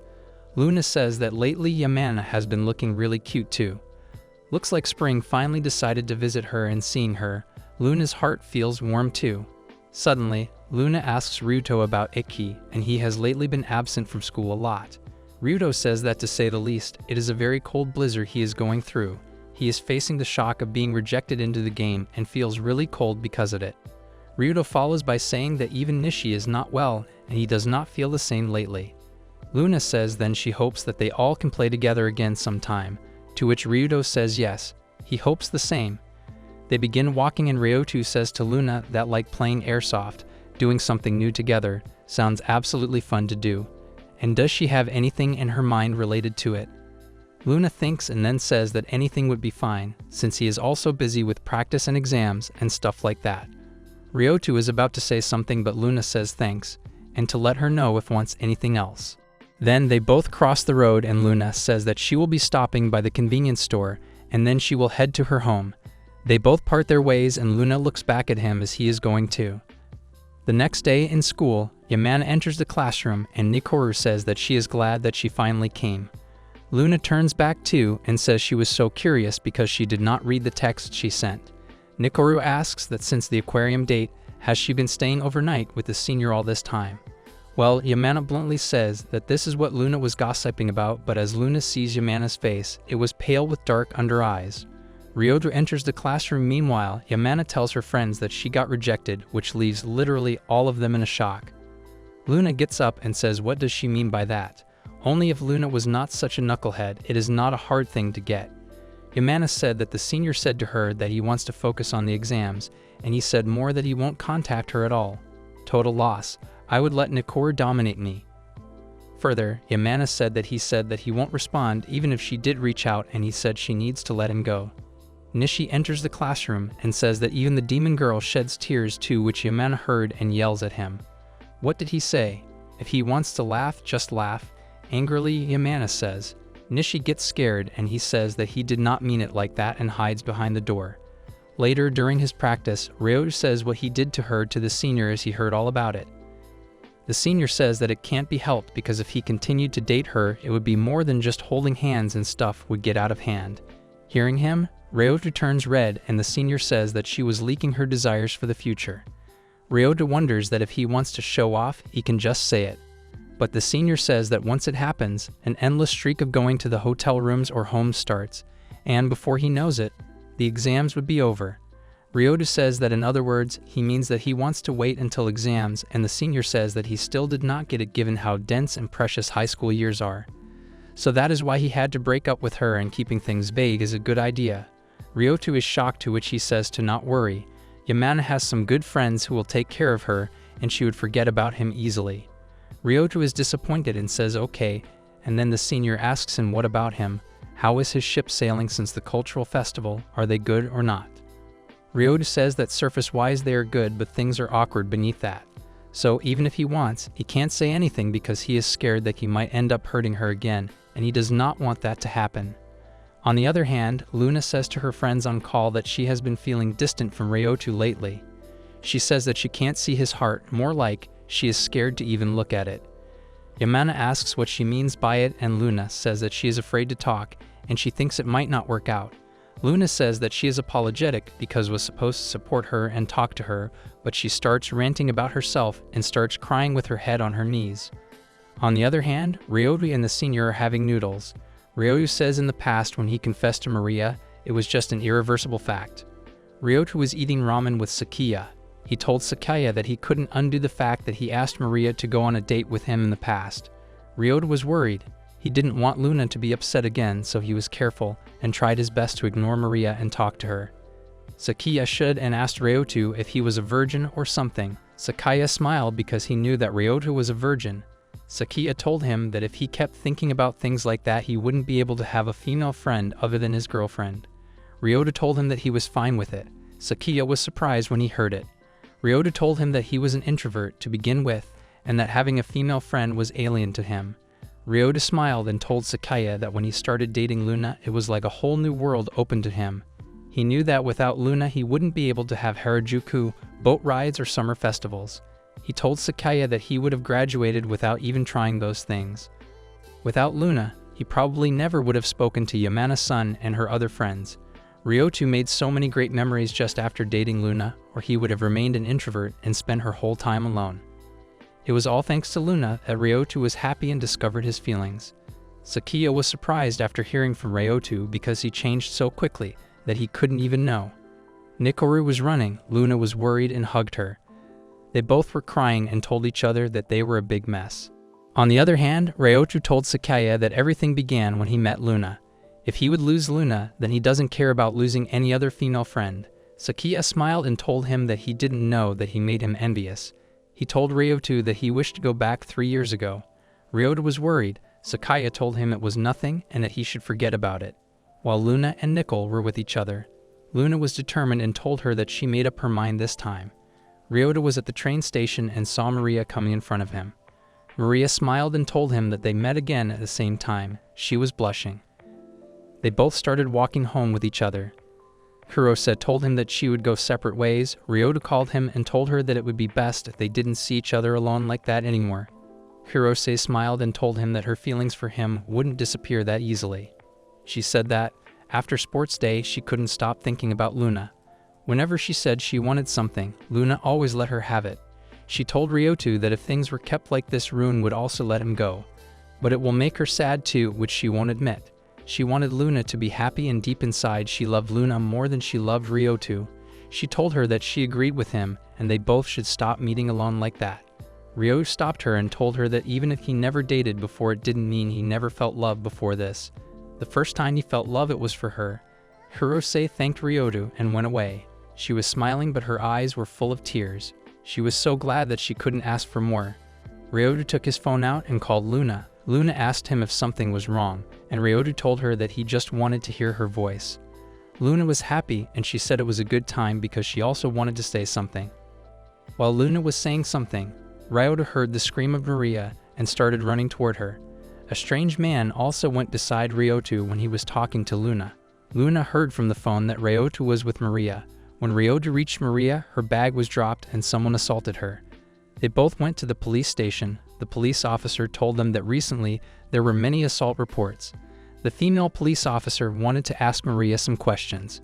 When Maria noticed her bag, she dropped her earring. The police officer asked if Ryoto was her friend.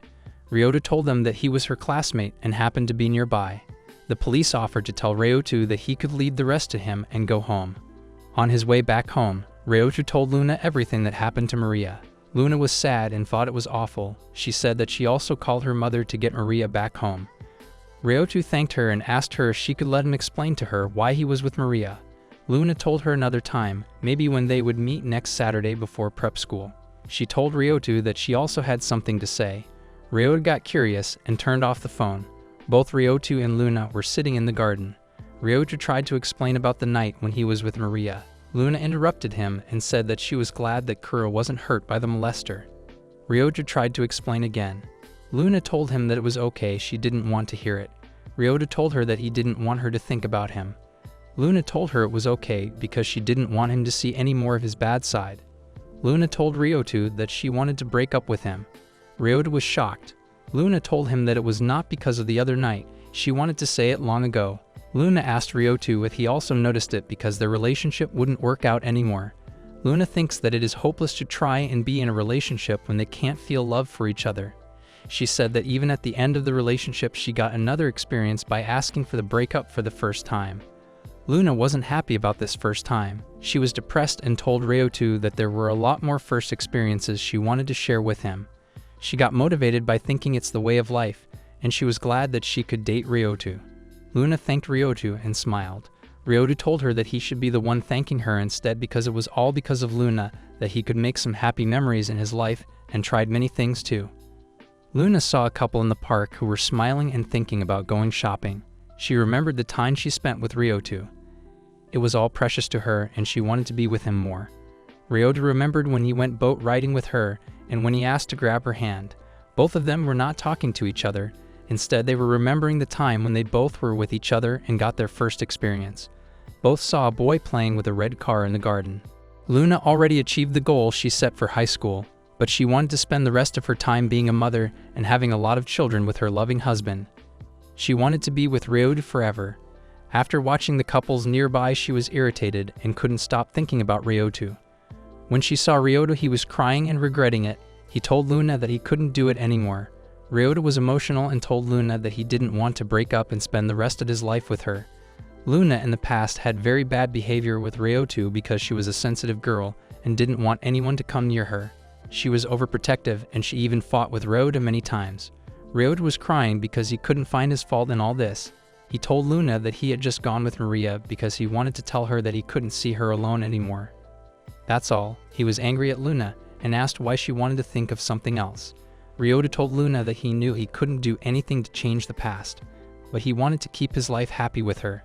Luna got emotional and started crying. She told Ryoto that she was really because she also loved him so much, and she didn't want to break up with him too.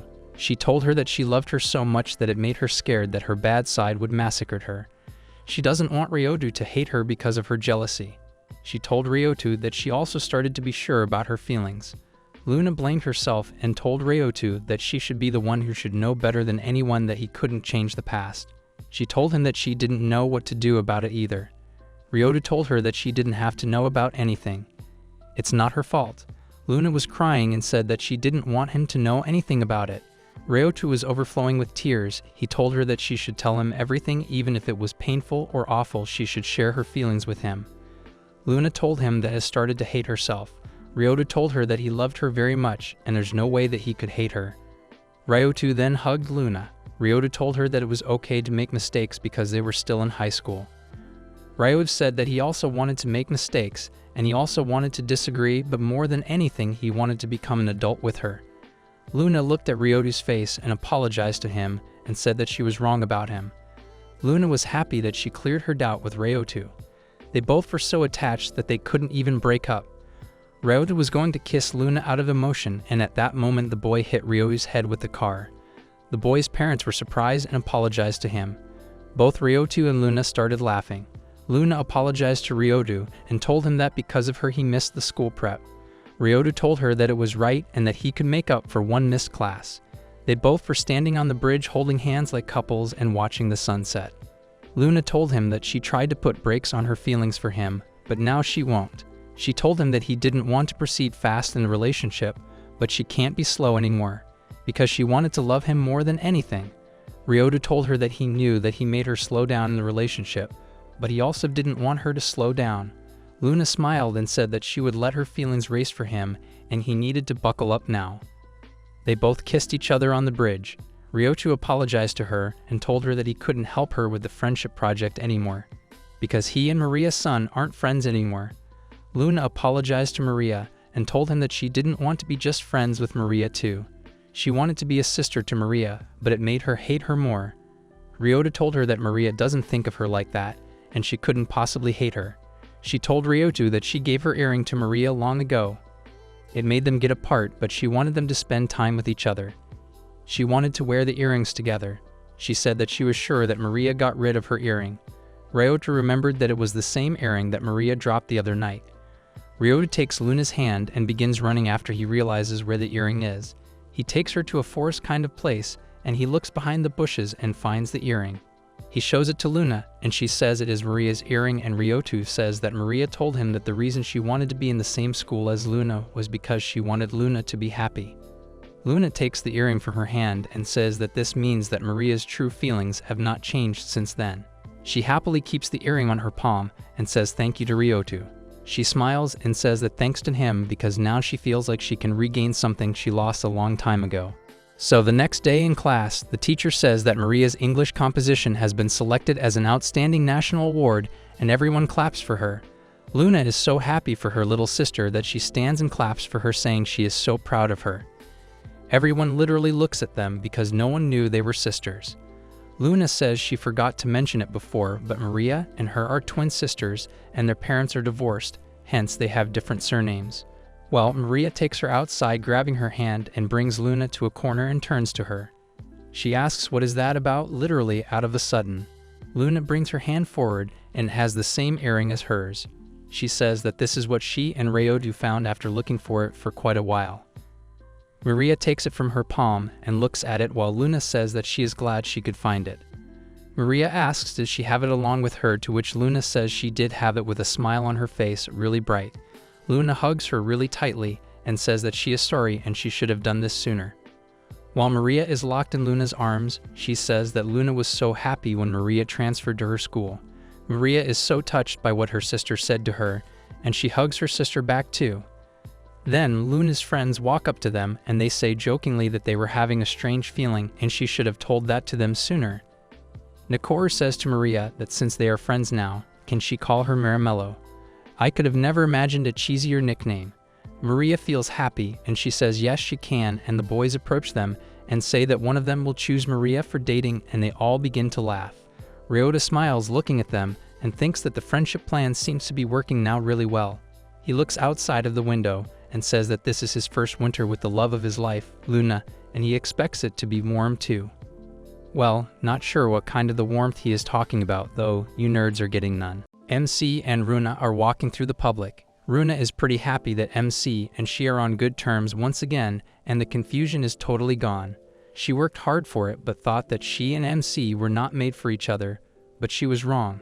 They are meant to be together, and Runa is right now pretty happy with it. It is almost Christmas as well, so the timing could not be perfect. She and MC are walking in the city together holding hands when Runa brings up the fact that Christmas is coming up, and she will be having so much fun this time around as MC is with her.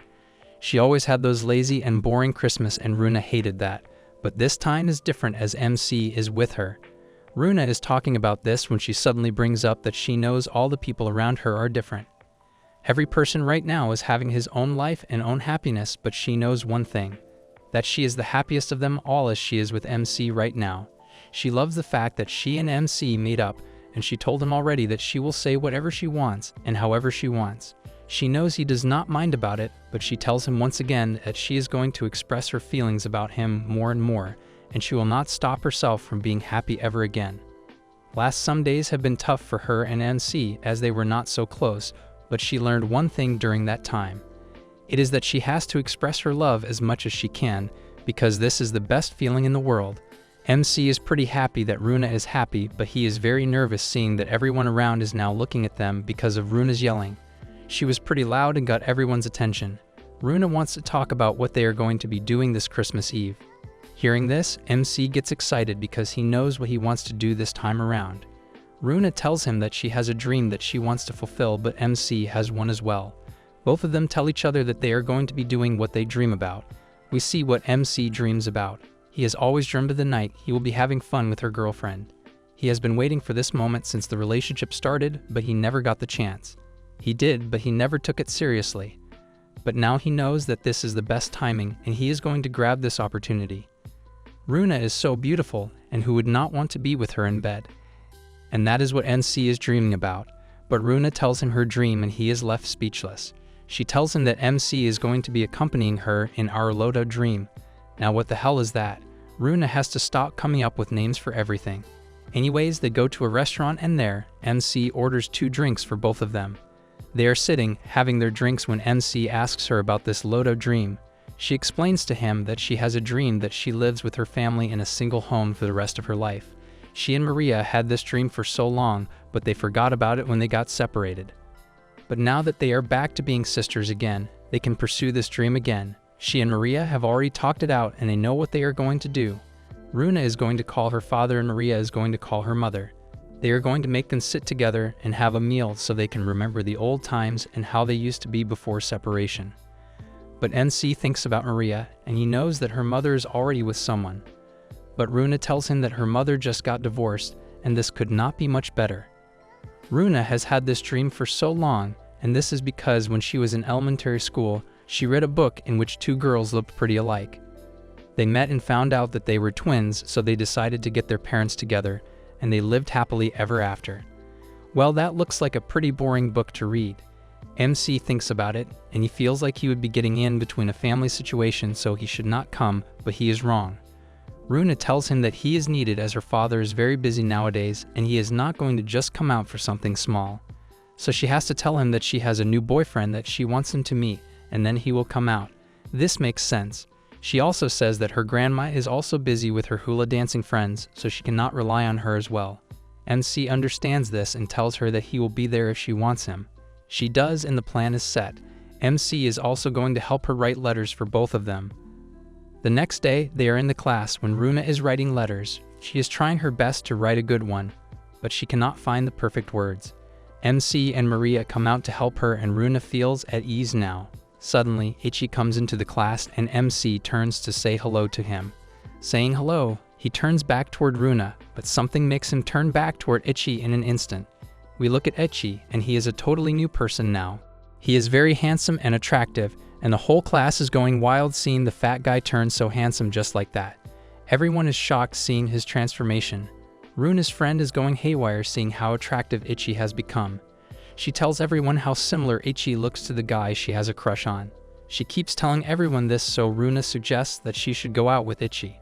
She cannot go out with him as she has already insulted him a lot at the cultural festival. She has also done horrible things to him, and she thinks she will be throwing herself down very low if she dated Ichi. Anyways, Nicole does not want to hear any of this and gets out of there quietly. She goes outside and sits by the roof. She is alone when Anishi comes up to her, asking her if she can go out with him. We see that Nicole is already sitting alone with the contact of the person she loves openly. She is thinking about blocking his number, but she just cannot do it. And this guy comes out, asking to go out with her. He makes a flirting attempt and tells her that their surnames are the same and so they are meant to be together. It is like destiny, and they should not let the world keep them apart. Nicole is not hearing any of this, and she wants him gone. She gets up and tells him that he is 10 years early to be flirting with someone, and saying this, she leaves. Nishi is left with his broken heart alone. We see that NC is also sitting on the same roof, hearing everything that just happened. He thinks to himself that he was at Nishi's place some time ago. He just got his heart broken, and like him, everyone is experiencing youth. Everyone has to go through certain things to be at the level of an adult. In the class, the teacher is scaring the hell out of the class, telling them that there is only a year left in the exams, and they have to be ready for that. They do not have to waste time this Christmas and just focus on their studies. NC is hearing everything he has to say when suddenly, something blows MC's mind. He just realized that he is going to greet Runa's dad, and that only means one thing: that he is going to face Runa's dad. This thought crushes his mind, as this puts a lot of pressure on him. He did not think about it when Runa told him about this, but now it suddenly made sense to him. He has to be ready to face Runa's dad, otherwise it is going to be a problem. The day is here, and MC is ready to go with Runa to the restaurant they have called their parents to. MC is right now standing in front of a Santa statue, practicing how he is going to greet and meet Runa's dad. He tries his best to do it, but he just cannot seem to control his shaking. He kneels and says the words but gets up to see Runa standing in front of him, seeing what he just did. She knows he is very nervous, but he does not have to be nervous. They are going to the restaurant arm in arm, which makes MC very nervous, but Runa likes this as it feels very warm. They reach the restaurant, and upon entering it, they see Maria and Mom sitting together. Runa enters the room, and Mom is surprised to see Runa and MC there. She thought they were just waiting for someone else, but it was her daughter. This makes her very happy, and she hugs Runa. Maria tells Mom that she and Runa made a plan to sit together and have a family dinner like old times. They always used to go out at Christmas and party like this, so they thought it was the best time to do that again. Mom asks Runa if she has told her dad about it. She tells her that she has not told him, but asked him to come here. This surprises Mom as she was not expecting this. She tells Runa that she is not eager to meet him, but she will stay if they want to meet him. After all, she is an adult and her father is as well. She says this and the door opens. Dad is standing there, but there is someone else with him. He and the girl come in and shock everyone. Runa is shocked to the core and she asks Dad who this is. He tells her that he thought he was going to meet her daughter's boyfriend, so he thought of bringing his partner as well to let her meet his daughter. This is not what Runa was expecting at all, and she is very surprised. Mom and Maria are as well, and they cannot believe what Dad is doing. Mom asks Dad if he is going to remarry. He says yes, and it crushes Runa's heart. She starts crying, and no one can stop him. Everything is messed up now, and the dream Maria and Runa had is crushed. Runa is the most affected one, as this is her father who did not tell her about this. She was planning on surprising him, but instead he surprised her. This is a twist I was not expecting, to be honest. Outside, Runa is still crying, and the dad just left with his partner. Mom and Maria come and comfort Runa, telling her that they have to take it slow, or maybe they do not have to be like this at all. Runa can come to visit her mother whenever she wants. Saying this, MC tells them that he will take care of Runa and walk her home right now. Maria and Mom leave, and MC and Runa are alone now. They go home, and now they are sitting quietly in the living room. MC looks at Runa and sees that she is totally quiet after what just happened. He knows she will be so shocked seeing her father abandon her like this. She was hoping to do something good for him, but he betrayed her like this. MC has no idea what to do now, and he gets up and tells Runa that he is going to go home. But Runa grabs his pants and tells him not to leave her. She tells him that she is very alone and she does not want to feel this way. MC tells her that she is not alone, she has her father with her, but he is not. She tells him that her father said to him about going to some place after work, and he is not coming home till very late. He is probably with that woman, and Runa does not want to think about that right now. She begs MC to stay for the night and not let her be alone. MC looks at her and she looks gorgeous. He cannot hold back anymore, but he has to. For Runa, he cannot do anything without her will.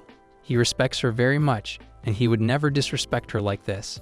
He talks to himself in his mind and says that he is not going to do it, but it comes out as he is not going to.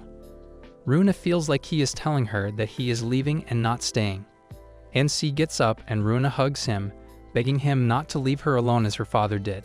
She pushes MC a little and he trips and falls back toward the door. He accidentally touches the light button and the light turns off. It is dark now with Runa and MC against the door. This is a very suggestive position for MC, and he cannot hold it anymore. Runa tells him to hold her tightly with him, and he does that exactly. He hugs her very tightly, but after some seconds, he feels warmth coming out of Runa's body. He takes a look and notices that she is sick. He freakingly finds a thermometer to check and sees that her temperature is 38+. She is very sick, and he has no idea what to do now. He thinks about calling an ambulance and taking her to the hospital, but no, he has to do something at home. He picks her up and gets her to her bed. On the way, Runa is almost passed out, and in some senses. She tells NC that he smells really good and she loves that. He puts her in her bed and puts a blanket on her. Her leg accidentally remains uncovered, and this freaks him out a lot. He covers her entirely, and now he starts to do the wet wipes. Wow, everyone should have a boyfriend like this. He looks at her and thinks to himself about how lucky he is to have her. She is the only girl in his life, and he is going to protect her no matter what. He would never let her feel any pain and always stay by her side. Saying this, we turn to Nicole. She is working her part-time job right now. We see Nishi, who tried asking her out today, waiting for her outside. He is practicing what he is going to say to her and comes up with something really cringy. Nicole is working when her boss tells her that she can pack up and shut down the place now as no customer is coming. She gets happy and does that. Going out, she is walking and Nishi comes behind her. He thinks to himself that this is the only chance he is going to have and he should make good use of it. He goes for it and runs toward her. But something happens and we see Nicole stop for a bit, turn, and run back. She runs towards something and Nishi is left surprised as to where she is going. She runs to a hotel and the receptionist is also left speechless, seeing she did not let her greet her entirely and go past her. Nicole is trying to find someone and she is searching class after class. And finally, she finds the person she was trying to find. It is Sakaya and he is taking a nap on the table when Nicole enters the room and walks toward him. She comes up to him and without any hesitation tells him that she will be waiting for him. She will be right here and when his exams are over, he can come for her as she will be right here for him. This shocks Sakaya and Nicole leaves. She goes out and takes a breather that she said what she wanted to say. Sakaya comes out and he stops her, asking if she really just came out here to tell him what she felt. Saying this, he puts her muffler on her and these two are together again. She starts crying and we see Nishi watching from a distance. He knows she is happy with him and leaves there. He is walking when Ichi calls him, telling him that Ken's live stream is about to begin. He gets excited and both of them enjoy Ken's live stream now. On the other hand, we see Runa's friend making sure that Ichi looks exactly like her crush and she is right. He does look like him and she thinks about dating him now. Anyways, we cut to Maria and she is thinking about how Runa might be doing. She knows she is in good hands as she is just like MC. MC is a protective person and these two are a perfect match. The next day, MC and Runa wake up and she is feeling a lot better. They are enjoying their Christmas morning together and Runa loves this. She is happy that MC stayed the night with her and MC has the same feelings. Suddenly, Runa remembers that she has a Christmas gift for MC and gives it to him. These are some amulets and Runa tells him that she was about to get the study ones but Nicole told her not to. She thinks if you study a lot, you are going to break soon. MC loves these and promises to use them every time. Anyways, he has a gift for her as well and gets up to get it. He changes into a Santa costume and comes out with her gift. Doing the signature ho ho ho, he gives her the gift but Runa is quiet, just looking at him. He thinks he is embarrassed but Runa starts laughing happily. She is happy with what MC did for her as her dad used to do this for her. She takes the gift and it is a moonstone just like she already had. She loves this gift and tells MC that she is happy with the way things turned out to be. She has also started to be happy with her father's happiness. MC loves how she feels now. After a little while, MC leaves and Runa gets on a call with Nicole. Nicole asks her how her night went when she explains everything. She is happy with the way the night went as MC was with her. But one thing is stuck with Runa, and that is that MC did not try to do anything naughty with her while she was passed out. Nicole tells her that it might be because she was sick, and he cared about her. She also knows that MC is a good person and would never do anything to mess up Runa's respect. She tells her that she is feeling this way as she also wants him to do something. Runa agrees with her and tells her that she randomly starts to think about what MC would be doing to her in her room and other naughty things. Nicole knows this feeling and tells her that this is because she is feeling love for the first time. All the boyfriends she had before tried making her feel good, but they were not her lovers. This is the first time Runa is feeling this way as she has started to love MC, and she wants to be closer to him now. She agrees with Nicole and Nicole adds that this only happens when you are in love, and she is clearly in love with MC. Thinking this makes Runa very happy. She is happy that there is a first of something she can finally give to MC. He and Runa go to a photo booth, and this is the first time MC is here. He is quite nervous, but Runa would be leading the way here. She asks him if he is into cosplays or something, and he is not. But he sure would wear what Runa picks out for him. She dresses up as a maid and they go into the booth for their clicks. They have to pose as a cat, and after the clicks, Runa gets closer to MC and tells him that she wants him to look at her with his naughty eyes. He can say and think whatever because, after this, she wants to do it with him. Hearing this blows MC's mind as he has been waiting for this moment for a long time. Saying this, Runa kisses MC on the cheek and the picture clicks. The way this ended was pretty satisfying, but still we did not get to see MC do it with her.